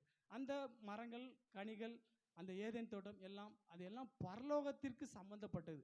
இது நிழலாட்டம், அதுதான் நிஜம். அந்த நிஜத்திற்கு நிழலாட்டமாக இவைகளை உருவாக்கி பரிசுத்த சந்ததியை உருவாக்க நினைத்தார் தேவன். அது தோல்வியில் முடிந்தது. ஆதாம் விரட்டப்பட்டார். இதற்கு பின்பதாக என்ன செய்ய வேண்டும் என்று தேவனுடைய மனதில் உதித்து உண்டானதுதான், நம்மால் உருவாக்கப்பட்ட ஒரு மனிதன் அவன் தோல்வியில் முடித்து விட்டான், நம்முடைய குமாரனையே அனுப்பிவிட்டால் என்ன என்று சொல்லி அனுப்பப்பட்டவர் தான் இயேசு கிறிஸ்து. அவர் 100% மனிதன், 100% தெய்வம். இதில் எந்த சந்தேகமும் இல்லை. இவரை குறித்து நாம் பார்க்கும் பொழுது அநேக நன்மைகளை செய்கிறார், அநேகருக்கு உணவளிக்கிறார், அநேகருக்கு சுகமளிக்கிறார், அநேக பிரசங்கங்களை செய்கிறார், அநேகரை கடிந்து கொள்ளுகிறார். இப்படியாக ஒரு வாழ்க்கை சென்று கொண்டிருக்கின்ற வேளையிலே கடைசி தருவாயில் வருகிறார். அந்த நேரத்தில் தான் கெத்செமனே என்ற இடம் என்று சொல்லப்பட்டிருக்கிறது. 4 சுவிசேஷங்களிலே மத்தேயு, மார்க்கு 2லுமே கெத்செமனே என்ற இடம் அப்படின்னு சொல்லப்பட்டிருக்கு. லூக்காவிலே ஒலிவமலைக்கு அருகான இடம் என்று சொல்லப்பட்டிருக்கிறது. யோவானிலே கீதரோன் என்ற ஆற்றிற்கு அப்புறத்தில் இருக்கிற ஒரு தோட்டத்திற்கு வழக்கத்தின்படியே சென்றார்கள். வழக்கத்தின்படியேன்னா என்னாலும் அந்த தோட்டத்தில் போய் ஜெபிக்கிறது அவருடைய வழக்கமாக இருந்தது. என்னாலும் இந்த தோட்டத்துக்கு வந்து நம்ம ஜெபம் பண்ணுறோமா? ஆண்டவர் என்னாலும் கெத்செமனே தோட்டத்திலே, அதாவது 3 பக்கமும் அடைக்கப்பட்ட ஒரு பக்கம் மட்டும் வாசல் இருக்கிற அந்த தோட்டத்திற்கு வழக்கத்தின்படியே சென்று ஜெபித்தார். பூங்காவிலே அந்த தோட்டத்திலே சென்று ஜெபித்தார். நாம் ஆலயத்திற்கு வருகிற பழக்கம் காணப்படுகிறதா? பாரம்பரிய சபை, சிஎம்எஸ், என்னால் அங்கே ஆலயம் நடக்குது, என்னாலும் பாட்டு படிக்க ஆள் வராங்க, என்னாலும் பிரசங்கிக்க ஆள் வராங்க, நம்ம ஆலயம் பூட்டியே தான் கிடக்கு. நான் உட்பட, கர்த்தர் என்னையும் சேர்த்து மன்னிக்கணும், நான் உட்பட இந்த ஆலயம் பூட்டியே தான் கிடக்குது. வெள்ளிக்கிழமை ஒரு நாள் கூட்டம் நடக்குது, ஏதோ 4 பேர் வராங்க. மற்ற நாட்களில் ஞாயிற்றுக்கிழமை இங்கே ஃபுல்லாக இருக்குது, இங்கே பாதி தான் இருக்குது. பாதி பேர் கேட்டால் நான் கல்யாண வீட்டுக்கு போயிட்டேன், நான் புதுசாக மாடு பிடிச்சி உழ போகிறேன், வேதாகமத்தில் சொல்லப்பட்டிருக்க வசனத்தை சொல்கிறேன், எனக்கு புதுசாக கல்யாணம் இருக்குது, நான் விருந்துக்கு போகிறேன். இப்படி தான் நம்முடைய காரியங்கள் நடைபெற்று கொண்டிருக்குது. ஞாயிற்றுக்கிழமையை ஒதுக்கி வைப்பவர்களை தேவன் ஒதுக்கி வைப்பார். என்னாலும் ஆலயத்தை ஒதுக்கி வைப்பவர்களை தேவன் ஒதுக்கி வைப்பார். என்னாலும் ஆராதனை பண்ணால் தான் நித்திய காலமாக நம்ம ஆராதிக்க முடியும். ஞாயிற்றுக்கிழமை மட்டும் நம்ம ஆராதனை பண்ணோம்னா அங்கேயுமே ஞாயிற்றுக்கிழமை மட்டும் ஆராதனை கிடையாது. முழுக்க முழுக்க முழுக்க தேவனை துதித்து பாடுகிற வேலை மட்டும்தான் நமக்கு உண்டு. அப்படியெல்லாம் இங்கே ட்ரைனிங் எப்படி இருக்கணும்? போலீஸ் ட்ரைனிங் எப்படி இருந்துச்சு? போலீஸ் ட்ரைனிங் எப்படி இருக்கும் பிரசாத்? 9 மாதமும் கடைஞ்சி எடுத்துருவாங்க, கண்ணமெல்லாம் ஒட்டி, கண்ணு உள்ளே போய் காலெலாம் நடக்க முடியாது. ஆர்மி ட்ரைனிங் எங்கள் தம்பி ஆனந்த் ஆர்மியில் இருந்தான். ஓடி ஓடி இந்த எலும்பு கிராக் ஆயிடுச்சு. இந்த குதிரை எலும்பு வந்து கீறல் விழுந்து 1 மாதம் செவுரை பிடிச்சி தான் நடந்தானான். ட்ரைனிங் அப்படி இருக்கணும். அப்படி இருந்தால் தான் அவனால் 15 வருஷம் 15 மாதம் ட்ரைனிங் குடிச்சு அவன் 15 வருஷம் அவன் ஒழுங்காக டியூட்டி பார்ப்பான். அதேமாரி நம்ம இங்கே நமக்கு கொடுக்கப்பட்ட வாழ்க்கையில் 70 வருஷம் பலத்தின் மிகு நாள் 80 வருஷம் இந்த நாட்களிலே நாம் ஆராதனை செய்தோம் என்று சொன்னால்தான் நித்திய காலமாய் நாம் அங்கே அவரோடு நம் கூடமாய் நாம் ஆராதனை செய்ய முடியும். இவர் அனுதினமும் அங்கே சென்று ஜெபிக்கிறவராய் காணப்பட்டார். கெத்செமனே தோட்டத்தில் கடைசி ஜெபம், இரத்தத்தின் பெரும் துளிகளாய் வேர்வைகள் வெளியேறியது. அப்படிப்பட்டதான ஒரு உருக்கமான ஒரு பயங்கரமான ஜெபம். நமக்கு வேர்வை வந்தாலே இருக்கிற ஃபேனை பூரா தட்டி விட்டுட்டு தான் உட்காந்துருப்போம். அங்கே எதுவுமே கிடையாது. முழுக்க முழுக்க வேர்வை ரத்தமாய் வடிய. அப்படியானால் அவர் உடம்பிலே நீர் சத்து இல்லை, தண்ணீரே இல்லை. தண்ணிக்கு பதில் ரத்தம் வேர்வையாக வெளியே வருது. இதுதான் சயின்ஸ். ஆக இப்படி உருக்கமாக ஜெபம் பண்ணுகிறார். இங்கே ஆதாம் கீழ்ப்படிதல் இல்லாமல், நீ அந்த தோட்டத்துக்கனியே புசிக்காத, எனக்கு கீழ்ப்படிந்து இரு அப்படின்னு சொல்லி அவர் கொடுக்கிறார். கீழ்ப்படியாமையினால் அதை தோல்வியில் முடிந்தது. இங்கே பார்த்தோம் என்று சொன்னால், இங்கே ஆண்டவர் இயேசு கிறிஸ்து மிக அழகாக எல்லா காரியங்களுக்கும் தீர்க்க தரிசனமாய் ஆதியாகமம் முதல் மல்கியா வரையில் சொல்லப்பட்ட எல்லா தீர்க்க தரிசனங்களும் அவர் மூலமாய் அவருக்காக சொல்லப்பட்ட தீர்க்க தரிசனங்கள் அத்தனையும் நிறைவேறியது. அதற்கு தன்னை ஒப்பு கொடுத்தார், கீழ்ப்படிந்தார், ஜெயமாக முடித்து கொடுத்தார். இயேசு கிறிஸ்து ரத்தம் சிந்துதல் இல்லாமல் பாவம் மன்னிப்பில்லை. அப்படியானால் ரத்தம் சிந்தப்பட வேண்டும். இங்கே கேட்கிறார், நான் கண்டிப்பாக சிலுவையில் அடிக்கப்பட வேண்டும் என்று தீர்க்க தரிசனமாக எல்லா இடங்களிலும் சொல்லப்பட்டிருக்கிறது. ஆனாலும் அவரும் 100% தான் சொன்னார். 100% அவரும் மனுஷன். வேதனைகள் உண்டு, பாடுகள் உண்டு. கேட்கிறார், இந்த சித்தம் உம்முடைய சித்தமானால் இந்த பாத்திரம் என்னை விட்டு நீங்க கூடுமானால் நீங்க முடிச்சு, ஆனாலும் உம்முடைய சித்தத்திற்கு நான் ஒப்பு கொடுக்கிறேன். நம்மளும் அதேமாரி கேட்கணும், ஆண்டவரே எனக்கு இது தேவைப்படுது, ஆனாலும் உம்முடைய சித்தம். இப்போ ஒரு வேலைக்கு தான் நம்ம ட்ரை பண்ணிகிட்டு இருக்கோம். அந்த வேலை, ஆண்டவரே எனக்கு இந்த வேலையை போக ஆசைப்படுறேன், ஆனாலும் உம்முடைய சித்தம். ஒரு திருமண காரியம் நடக்குது, ஒரு பெண் பார்க்கே மாப்பிள்ளை பார்க்கே போகிறோம். ஆண்டவரே நாங்கள் பெண் பார்க்க செல்கிறோம், உமக்கு சித்தமானால் வாய்க்கட்டும். மாப்பிள்ளை பார்க்க சென்றாலும் சரி, உமக்கு சித்தமானால் வாய்க்கட்டும். காரியங்களை ஜெபித்து விட்டு நாம் கடந்து செல்வோமானால் எல்லா காரியங்களுமே ஜெயமாய் முடியும். இங்கே பார்த்தோம் என்று சொன்னால் கடைசி ஜெபம் செய்கிறார், சித்தமானால் நடக்கட்டும்.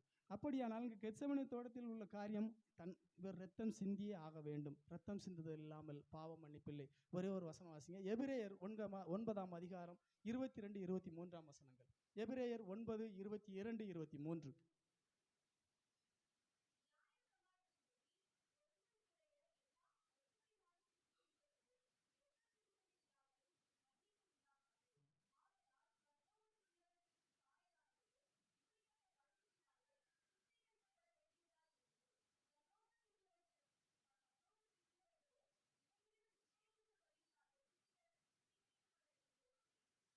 ஸ்தோத்திரம். அப்படியானால் இது சாயல்.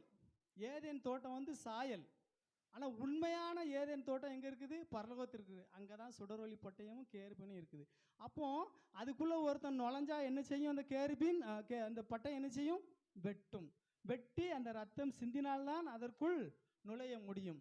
இது ஒரு நிஜமான காரியம். எபிரேயரில் அதை விளக்கமாக சொல்லப்பட்டிருக்கு. எப்படின்னா, இங்கே பூலோகத்திலே வெட்டப்பட்ட ரத்தத்தை அங்கே பரலோகத்திற்கு இயேசு கிறிஸ்து செல்கிறார், கொண்டு செல்கிறார். அது சாரம்சமாக வசனமாக சொல்லப்பட்டு விளக்கமாக சொல்லப்படலை.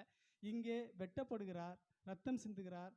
அதாவது பிரதான ஆசாரியன் என்பவன் நாடோறும் அவனுடைய பாவங்களுக்காக பாவ நிவர்த்தி செய்யப்பட வேண்டும், பின்பு ஜனங்களுக்காக பாவ நிவர்த்தி செய்யப்பட வேண்டும். ஏனென்று சொன்னால் இவனும் பாவமான மனிதனே. இவன் பாவத்தை முதலாவது நீக்க அவனுக்கு இன்னொரு ரத்தம் தேவைப்படுது. பூராவின் ரத்தமோ ஆட்டின் ரத்தமோ மாட்டின் ரத்தமோ தேவைப்படுகிறது. அந்த ரத்தத்தின் மூலமாக தன்னுடைய பாவத்தை சுத்திகரித்து கொண்டு அதற்கு பின்பதாக அவன் ஜனங்களுடைய பாவங்களுக்காக அவன் திறப்பில் நிற்க வேண்டும். வருடத்திற்கு ஒரு முறை அவன் அந்த மகா பரிசு ஸ்தலத்திற்குள் செல்ல வேண்டும். அங்கே அங்கேயிலே சகோதரர் பொன்ராஜ் அவர்கள் சொன்னது போல சங்கிலி கட்டின்னு சொன்னாங்க. அங்கே பார்த்தோன்னா அவன் உயிரோட இருக்கிறானா இல்லையா அப்படின்னு தெரியறதுக்குன்னா அவர் அங்கேயில மணிகள் செய்து தொங்கப்பட்டிருக்கும். இவர் ஆறான செஞ்சுட்டு இருப்பார், மணி சத்தம் கேட்டுக்கிட்டே இருக்கும். இடுப்பு கயிறு போட்டிருக்காங்கல்ல ஃபாதர் மாதிரிலாம், அந்த இடுப்பு கயிறுங்க இடுப்புக்கு கிட்ட சும்மா தான் தொங்கிட்டு இருக்கும். ஆனால் அது உண்மையான சாராம்சம் என்னன்னா, அது பிரகாரம் வரைக்கும் அந்த கயிறு கிடக்கும். ஏன்னா மணிச்சத்தம் கேட்கலாம், அந்த கயிறை பிடிச்சி தான் இழுக்கணும். அந்த ஆசாரியன் செத்துட்டான்னு அர்த்தம். கயிறை பிடிச்சி இழுத்து பிணத்தை தான் இழுக்கணும். ஏன்னா அவரத்துக்கு உள்ளே போனால் எத்தனை 1000 பேர் 1,00,000 பேர் உள்ளே போனாலும் அடிபட்டு செத்துக்கிட்டே தான் இருக்கணும். அந்த கயிறை பிடிச்சி தான் இழுக்கணும். இப்படிப்பட்டதான ஒரு சூழ்நிலை அந்த காலத்திலே. அதாவது கிறிஸ்துவுக்கு முன்பதாக. ஆனால் கிறிஸ்துவின் மரணத்திற்கு பின்பதாக எல்லாம் மாறியது. எப்படி என்று சொன்னால், எல்லாம் என் துணியை கிழிச்சோம்னா கீழே இருந்தால் மேலே கிழியும். ஆனால் தேவாலயத்தின் திருச்சில் மேல் தொடங்கி கீழ் வரை 2 கிழிந்தது என்று தான் சொல்லப்பட்டிருக்கிறது. இது ஒரு அதிசயமான காரியம். அதே போல தான் கிறிஸ்துவின் ரத்தம் கெத்செமனே தோட்டத்திலிருந்து அங்கே ரத்தம் வடிகிறது, கல்வாரியிலும் அங்கே வடிகிறது. ஒவ்வொரு சொட்டு இரத்தத்தையும் சிந்துகிறார். அங்கே பட்டயம் வெட்டுகிறது. அங்கே ஏதேன் தோட்டத்திற்குள் பரலோகத்திற்குள்ளே தேவன் நுழைகிறார். நம்முடைய வாழ்க்கையிலும் நமக்கென்று ஒரு பட்டயம் கொடுக்கப்பட்டிருக்கிறது. ஒவ்வொருத்தருடைய கையிலையும் கொடுக்கப்பட்டிருக்கிற இந்த பைபிள் தான் நமக்கென்று கொடுக்கப்பட்டிருக்கிற அந்த வார்த்தைகள் பட்டயம். பட்டயம்னா நம்ம வீட்டில் வெட்டுற கத்தி வந்து ஒரு பக்கம்தான் கருக்கும். ஆனால் இது 2 பக்கம் வெட்டுற கத்தி. குத்துனா மரணம் உறுதி. ஆகையினால இந்த வார்த்தைகளை நாம் மிக கவனமாக கையாள வேண்டும். கவனமாக கையாளவில்லை என்றால் ஒரு நாள் நியாயத்தீர்ப்பு என்ற நாள் உண்டு. அந்த நாளில் உயிர் தெழுந்து நாம் கிறிஸ்துவின் முன்பாக நிற்போம். நிற்கும் பொழுது இந்த வார்த்தைகளை சொல்லியே நீ இதற்கு கீழ்ப்படிந்தாயா என்று சொல்லும்போது அந்த வார்த்தை இவன் கீழ்ப்படியவில்லை என்று சொல்லும் அந்த வார்த்தையை நம்மை நியாயம் தீர்க்கும். நாம் பரலோகம் ஏதேன் தோட்டம் செல்ல முடியாமல், இந்த ஆராதனை குழுவில் இடம்பெற முடியாமல் நரகத்தில் செல்வர்களாய் காணப்படுவோம். இயேசு கிறிஸ்து ஜெயமாய் காரியங்களை முடித்தார் என்று வேதத்திலே சொல்லப்பட்டிருக்கிறது. கொரிந்தியரில் இருக்குன்னு நினைக்கிறேன் அந்த வசனம். அந்த இயேசு கிறிஸ்துவினாலே நமக்கென்று ஜெயமாய் 15ஆம் அதிகாரத்தில் இருக்குல்ல பாஸ்டர், வலது பக்கத்தில் கீழே இருக்கும். இயேசு கிறிஸ்துவின் நாமத்தினாலே நமக்கு ஜெயம் கொடுக்கிற தேவனுக்கு அந்த வசனம் தான். அப்போ நமக்கு ஜெயம் கொடுக்கிற தேவனுக்கு ஸ்தோத்திரம். ஏதேன் தோட்டத்திலே ஆதாம் தோல்வியிலே முடித்தார். இயேசு கிறிஸ்து அவரும் ஜெயத்தை பெற்றுக்கொண்டார். நாமும் ஜெயத்தை பெற்றுக்கொள்வோம் என்ற நம்பிக்கையோடு ரத்தத்தை சிந்தி இருக்கிறார்.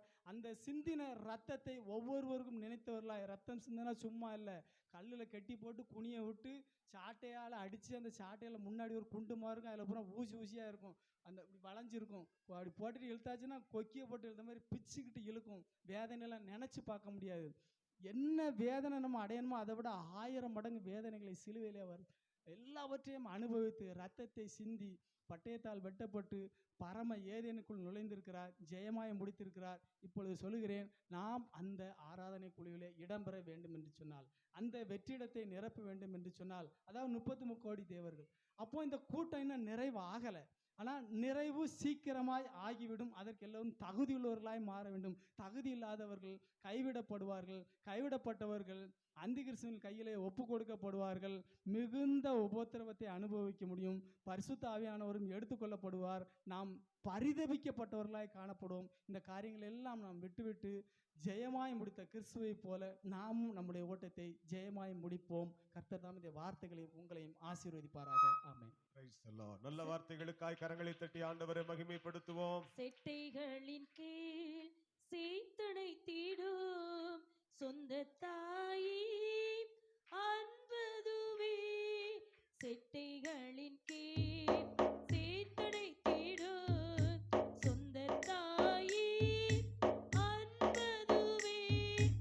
எருசலேமே எருசலேமே என்றெழுதார் கண்கலங்க. எருசலேமே எருசலேமே என்றெழுதார் கண்கலங்க. ஏறுகின்றார் தள்ளாடி தவழ்ந்து களிப்போடே. என் நேச குருசை சுமந்தே என் நேச கொல்கொதா மலையின் மேல் நடந்து ஏறுகின்றார். Praise the Lord. கடைசி வார்த்தை சகோதரர் மகேந்திரன் அவர்கள் அது பேசின பிற்பாடு கூட்டம் நிறைவு செய்யப்படும். இப்பொழுது கடைசி வார்த்தையை பேசுகிற அருமையான சகோதரர் மகேந்திரனை நாம் கரங்களை தட்டி நாம் வரவேற்போம்.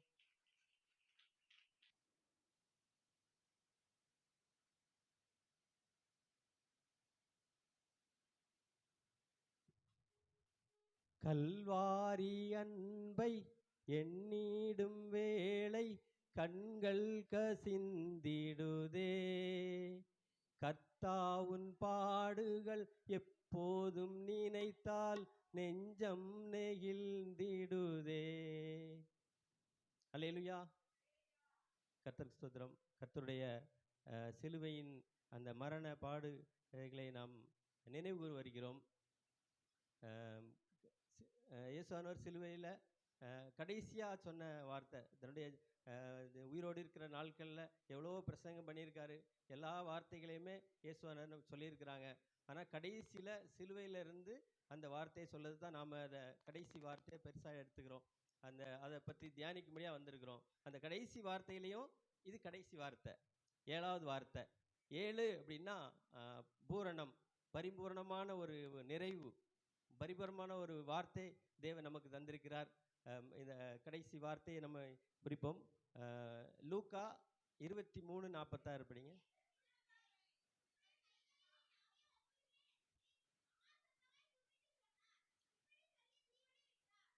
மகா சத்தமாய் கூப்பிட்டு ஜீவனை விட்டார். பிதாவே உம்முடைய கைகளில் என்னுடைய ஆவியை ஒப்படைக்கிறேன் அப்படின்னு சொல்லி ஜீவனை விட்டார். பிதாவினுடைய கையில் அவருடைய ஆவியை ஒப்படைக்கிறாரு. ஆனால் மனிதர்கள் அப்படிலாம் ஒப்படைக்கிறது இல்லை. ஒவ்வொருத்தரும் ஒவ்வொரு விதமான சாவுகள்லாம் இருக்குது. கொஞ்ச நாளைக்கு முன்னால் பேப்பரில் பார்த்தேன், ஒரு ஆக்சிடெண்ட்டு, ஒரு பைக்கில் 2 பேர் போகிறாங்க, நேராக போய் ஒரு காரில் மோதிருந்தாங்க. மோதி அந்த மோதின ஸ்பீடில் பின்னால் இருந்தவன் அப்படி தூக்கி வீசப்பட்டு ஒரு போஸ்ட் ஒயர் போதில்ல, அந்த ஒயர் மேலே போய் இப்படி தலைகளாக தொங்கிட்டு கிடக்கான். நான் கூட வீட்டில் சொன்னேன், எப்படி சாவு இருக்குது பார்த்தீங்களா? ஒவ்வொரு மனுஷனுடைய சாவு எப்படி இல்லாமல் இருக்குது. அவன் ஆக்சிடெண்ட் ஆகிறது கூட செத்துருக்க மாட்டான், அப்படி கீழே விழுந்து கை கால் ஒடிஞ்சு பிழைச்சிருக்க வாய்ப்பு இருக்குது. ஆனால் அங்கே ஆக்சிடெண்ட் ஆகி அந்த கரண்ட் கம்பியில் போய் விழுந்து அங்கே தீப்பிடிச்சு அவன் செத்து போனான். அப்படி எத்தனையோ பேர் மரணங்கள் அப்படி இருக்குது. அந்த மரணத்தை அவன் எப்படி ஒப்படைச்சிருக்கான்? எத்தனையோ பேர் விஷத்தை குடித்து அந்த மரணத்தை ஒப்படைக்கிறாங்க, தற்கொலை பண்ணி தூக்கு போட்டு மரணத்தை ஒப்படைக்கிறாங்க. ஆனால் நம்முடைய தேவன் பிதாவின் இடத்துல மரணத்தை ஒப்படைக்கிறார். வாங்கி வந்த பிதா அனுப்பினார், அதை அப்படி திரும்ப ஒப்படைக்கிறது நம்ம எல்லாத்துக்குமே கடமை இருக்குது. இப்போ ஒருத்தர் பக்கத்து வீட்டில் சொல்லுவாங்க, இந்த பாலை வச்சுக்கோங்க பத்திரமா, நான் நாளைக்கு வந்து வாங்கிக்கிடுதேன்னு. அந்த பாலை கொண்டு நீங்கள் தூக்குமா அலமாரியில் வைக்க முடியுமா? அது வச்சா கெட்டு போயிடும். அப்போ நம்ம அதை ஃப்ரிட்ஜில் கரெக்டாக வைப்போம். நாளைக்கு வரும்போது பால் எங்கக்கா பால்னா எடுத்து கொடுக்கணும். அது கெட்டு போய் நார்னதை கொடுத்தா என்ன ஆகும்? வாங்கினபடி அதை பரிசுத்தமாக கொடுத்தா தான். அப்போ நம்ம அவெல்லாம் என்னக்கா இப்படி பண்ணிட்டீங்க அப்படிம்பாங்க. அப்போ கர்த்தர் தந்த நம்மளுடைய இந்த ஆவியை நம்ம பரிசுத்த குலைச்சல் இல்லாமல் அதை நிறைவாக்கி கர்த்தர்கிட்ட அதை ஒப்படைக்கணும். இப்படி ஒரு சுவிசேஷத்தில் நான் வடநாட்டில் ஊழியத்துக்கு போயிருக்க ஊழியக்காரங்க ஒரு அம்மா சொன்னாங்களா, அவங்க வீட்டுக்காரது அங்கே இறந்து போனாங்க. அப்போ இவங்க நாங்களா அதே இடத்துக்கு நானும் ஊழியம் செய்ய போகிறேன் அப்படின்னு இருக்காங்க. அப்போ சொல்லியிருக்காங்க, இல்லை நீங்கள்லாம் அங்கே போனால் அங்கே நோய் வரும், அங்கே ரொம்ப குளிர், அங்கே போக வேண்டாம் அப்படின்னு. இல்லை, அவர் இறந்த இடத்துல நானும் போய் அந்த சுவிசேஷத்தை சொல்லுதேன், மிஷினரியாக போகிறேன் அப்படின்னு போயிருக்கேன். நான் இறந்தாலும் பரவாயில்ல, நான் என்னுடைய ஜீவனை அங்கே கொடுத்தாலும் பரவாயில்ல, நான் நல்லதுக்காக கொடுக்குறேன், மறுபடியும் நான் அந்த இடத்துல நோய் வந்தாலும் நான் அந்த இடத்துக்கு போகிறேன்னு போயிருக்கிறாங்க அப்படின்னு நான் கேள்விப்பட்டிருக்கிறேன். அதே மாதிரி இன்னொரு இராணுவ அதிகாரி இராணுவத்தில் சேர்ந்த ஒரு பையன் அங்கே இராணுவத்தில் நின்று அங்கே செத்து போயிட்டான். அப்போ அவருடைய மனைவி, இளவயதி மனைவி சொல்லியிருக்காரு, லெட்டர் எழுதியிருக்காரு அரசாங்கத்துக்கு, என்னையும் அந்த வேலையில் சேர்த்து விடுங்க, என் கணவன் செஞ்ச அதே வேலையை நானும் போய் செய்ய போகிறேன், அதே இடத்துல நான் போய் செஞ்சு அது இறந்தாலும் பரவாயில்ல, நாட்டுக்காக நான் ஜீவனை கொடுக்கேன் அப்படின்னு அப்படி சொல்லியிருக்கான். இது அந்த அரசாங்கம் கேட்டு அந்த அம்மாவுக்கு சாங்ஷன் பண்ணி அவங்களுக்கு ட்ரைனிங் 6 மாதம் கொடுத்து அதே இடத்துல கொண்டு விட்டாங்களாம். அப்போ பாருங்கள், ஒவ்வொருத்தர் ஒவ்வொரு விதமாக ஜீவனை கொடுக்குறாங்க. ஆனால் நம்முடைய தேவன் பிதாவின் இடத்தில் ஆவியை ஒப்படைக்கிறார். பைபிளில் பார்த்தீங்கன்னா ஸ்தேவானை குறித்து நம்ம படிச்சிருக்கோம். அப்போஸ்தலர் 7ஆம் அதிகாரத்தை எடுத்துக்கோங்க. அப்போஸ்தலர் 7:59 வசனம்.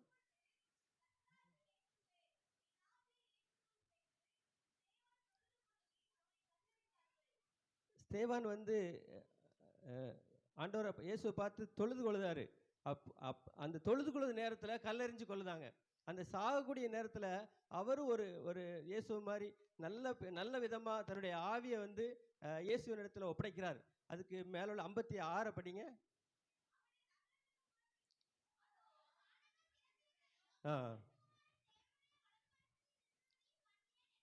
இவரை கல்லெறிஞ்சு கொள்ளுத நேரத்தில் அவர் வந்து இயேசுவே என்னுடைய ஆவியை உம்மிடத்துல ஒப்படைக்கிறேன்னு சொல்லுதான். அப்போ வந்து அவர் பார்க்குறாரு, வேலை வானங்கள் திறந்திருக்கு, மனுஷகுமாரன் இயேசுவானவர் வந்து அந்த வலுசபத்தில் நிற்கிறதை கண்டார். அங்கே உட்காரல, எந்திரிச்சு நிற்கிறார். அப்போ சேவான் அவன் எப்படிப்பட்டவனா இருந்தா, அவன் பரலோகத்துக்கு போகும்போது அவன் ஆவியை ஒப்படைக்கும் போது இயேசுவானவர் வந்து அவர் அதை கூப்பிடுறாரு, அவர் எழுந்து நின்று வரவேற்கிறார். அதே அப்போ நம்முடைய இயேசுவானவரும் பிதாவினிடத்துல தன்னுடைய ஆவியை ஒப்படைக்கிறார். அதனால இன்னொரு வசனம் வாசிங்க. யோவான் 10ஆம் அதிகாரம், மைக்கில் வாசிங்க, அதை நிறுத்தி வாசிங்க. 17ஆம் வசனம். நான் என் ஜீவனை மறுபடியும் அடைந்து கொள்ளும்படிக்கு, நான் என்னுடைய ஜீவனை மறுபடியும் அடைந்து கொள்ளும்படி, நம்முடைய ஜீவன் போயிருது, ஆனா இயேசு சொல்றாரு, நான் என் ஜீவனை மறுபடியும் அடைந்து கொள்ளும்படிக்கு அதை கொடுக்கிறபடியினால் பிதா என்னில் அன்பாய் இருக்கிறார். பிதா என்னில், என்னுடைய ஜீவன், இப்ப இயேசுவான ஜீவனை கொடுக்கிறாரு, ஆனா மறுபடியும் அவர் பெற்றுக்கொள்வார். அதனால பிதாவினிடம் அவர் வந்து அன்பாய் இருக்கிறார். அதுக்கு அடுத்த வசனம், ஒருவனும் அதை என்னிடத்திலிருந்து எடுத்துக்கொள்ள முடியாது. ஏன்னா வேற யாரும் எடுக்க முடியாது. அந்த கல்லருக்கு அவங்க யாரும் நினைச்சு அவங்க குத்தி அந்த ஜீவனை எடுக்கல. அந்த ராஜா அந்த ஜீவனை எடுக்கல. இந்த மக்கள்லாம் வந்து பரியாசம் பண்ண அந்த ஜீவனை எடுக்கல.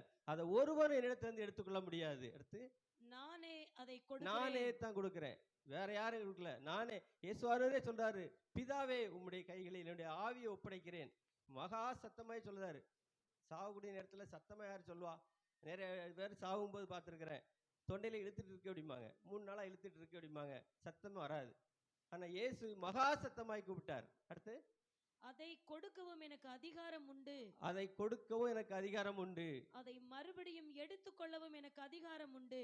மறுபடியும் அந்த என்னுடைய ஜீவனை கொடுக்கிறதுக்கு அதிகாரம் இருக்கு. பிதாவின் இடத்துல கொடுக்க அதிகாரம் இருக்கு, பிதாவின் இடத்துல மறுபடியும் எடுத்துக்கொள்ளவும் அதிகாரம் இருக்கு. அடுத்து, இந்த கட்டளை அங்க பிதாவினிடத்தில் பெற்றுக்கொண்டேன் என்றார். நான் பெற்றுக்கொண்டேன். ஆமா, இந்த கட்டளை நான் அப்ப பிதாவுக்கும் இயேசுவானவருக்கும் ஒரு கான்ட்ராக்ட் அங்க இருந்திருக்கு. அதனால இப்ப நம்ம பிள்ளைகள் வந்து நம்ம பாக்கெட்ல ரூபாய் தாள வைப்பாங்க, எடுப்பாங்க. வைக்கிறதுக்கும் உரிமை இருக்கு, எடுக்கிறதுக்கும் உரிமை இருக்கு. அதே மாதிரி இயேசுவானவர் தன்னுடைய ஜீவனை நல்ல விதமா அந்த ஜீவனை வந்து பிதா அனுப்பினபடி அதை திரும்ப ஒப்படைக்கிறதுக்கு அவருக்கு உரிமை இருக்கு, அதை எடுத்துக்கொள்ளதுக்கு அவருக்கு உரிமை இருக்கு. இப்ப இயேசுவானவர் வந்து அவர் அந்த ஃபர்ஸ்ட் வசனத்துல படிச்சோம், நம்ம வந்து பிதாவானவர் நம்ம மேல அன்பா இருக்கிறாருன்னு.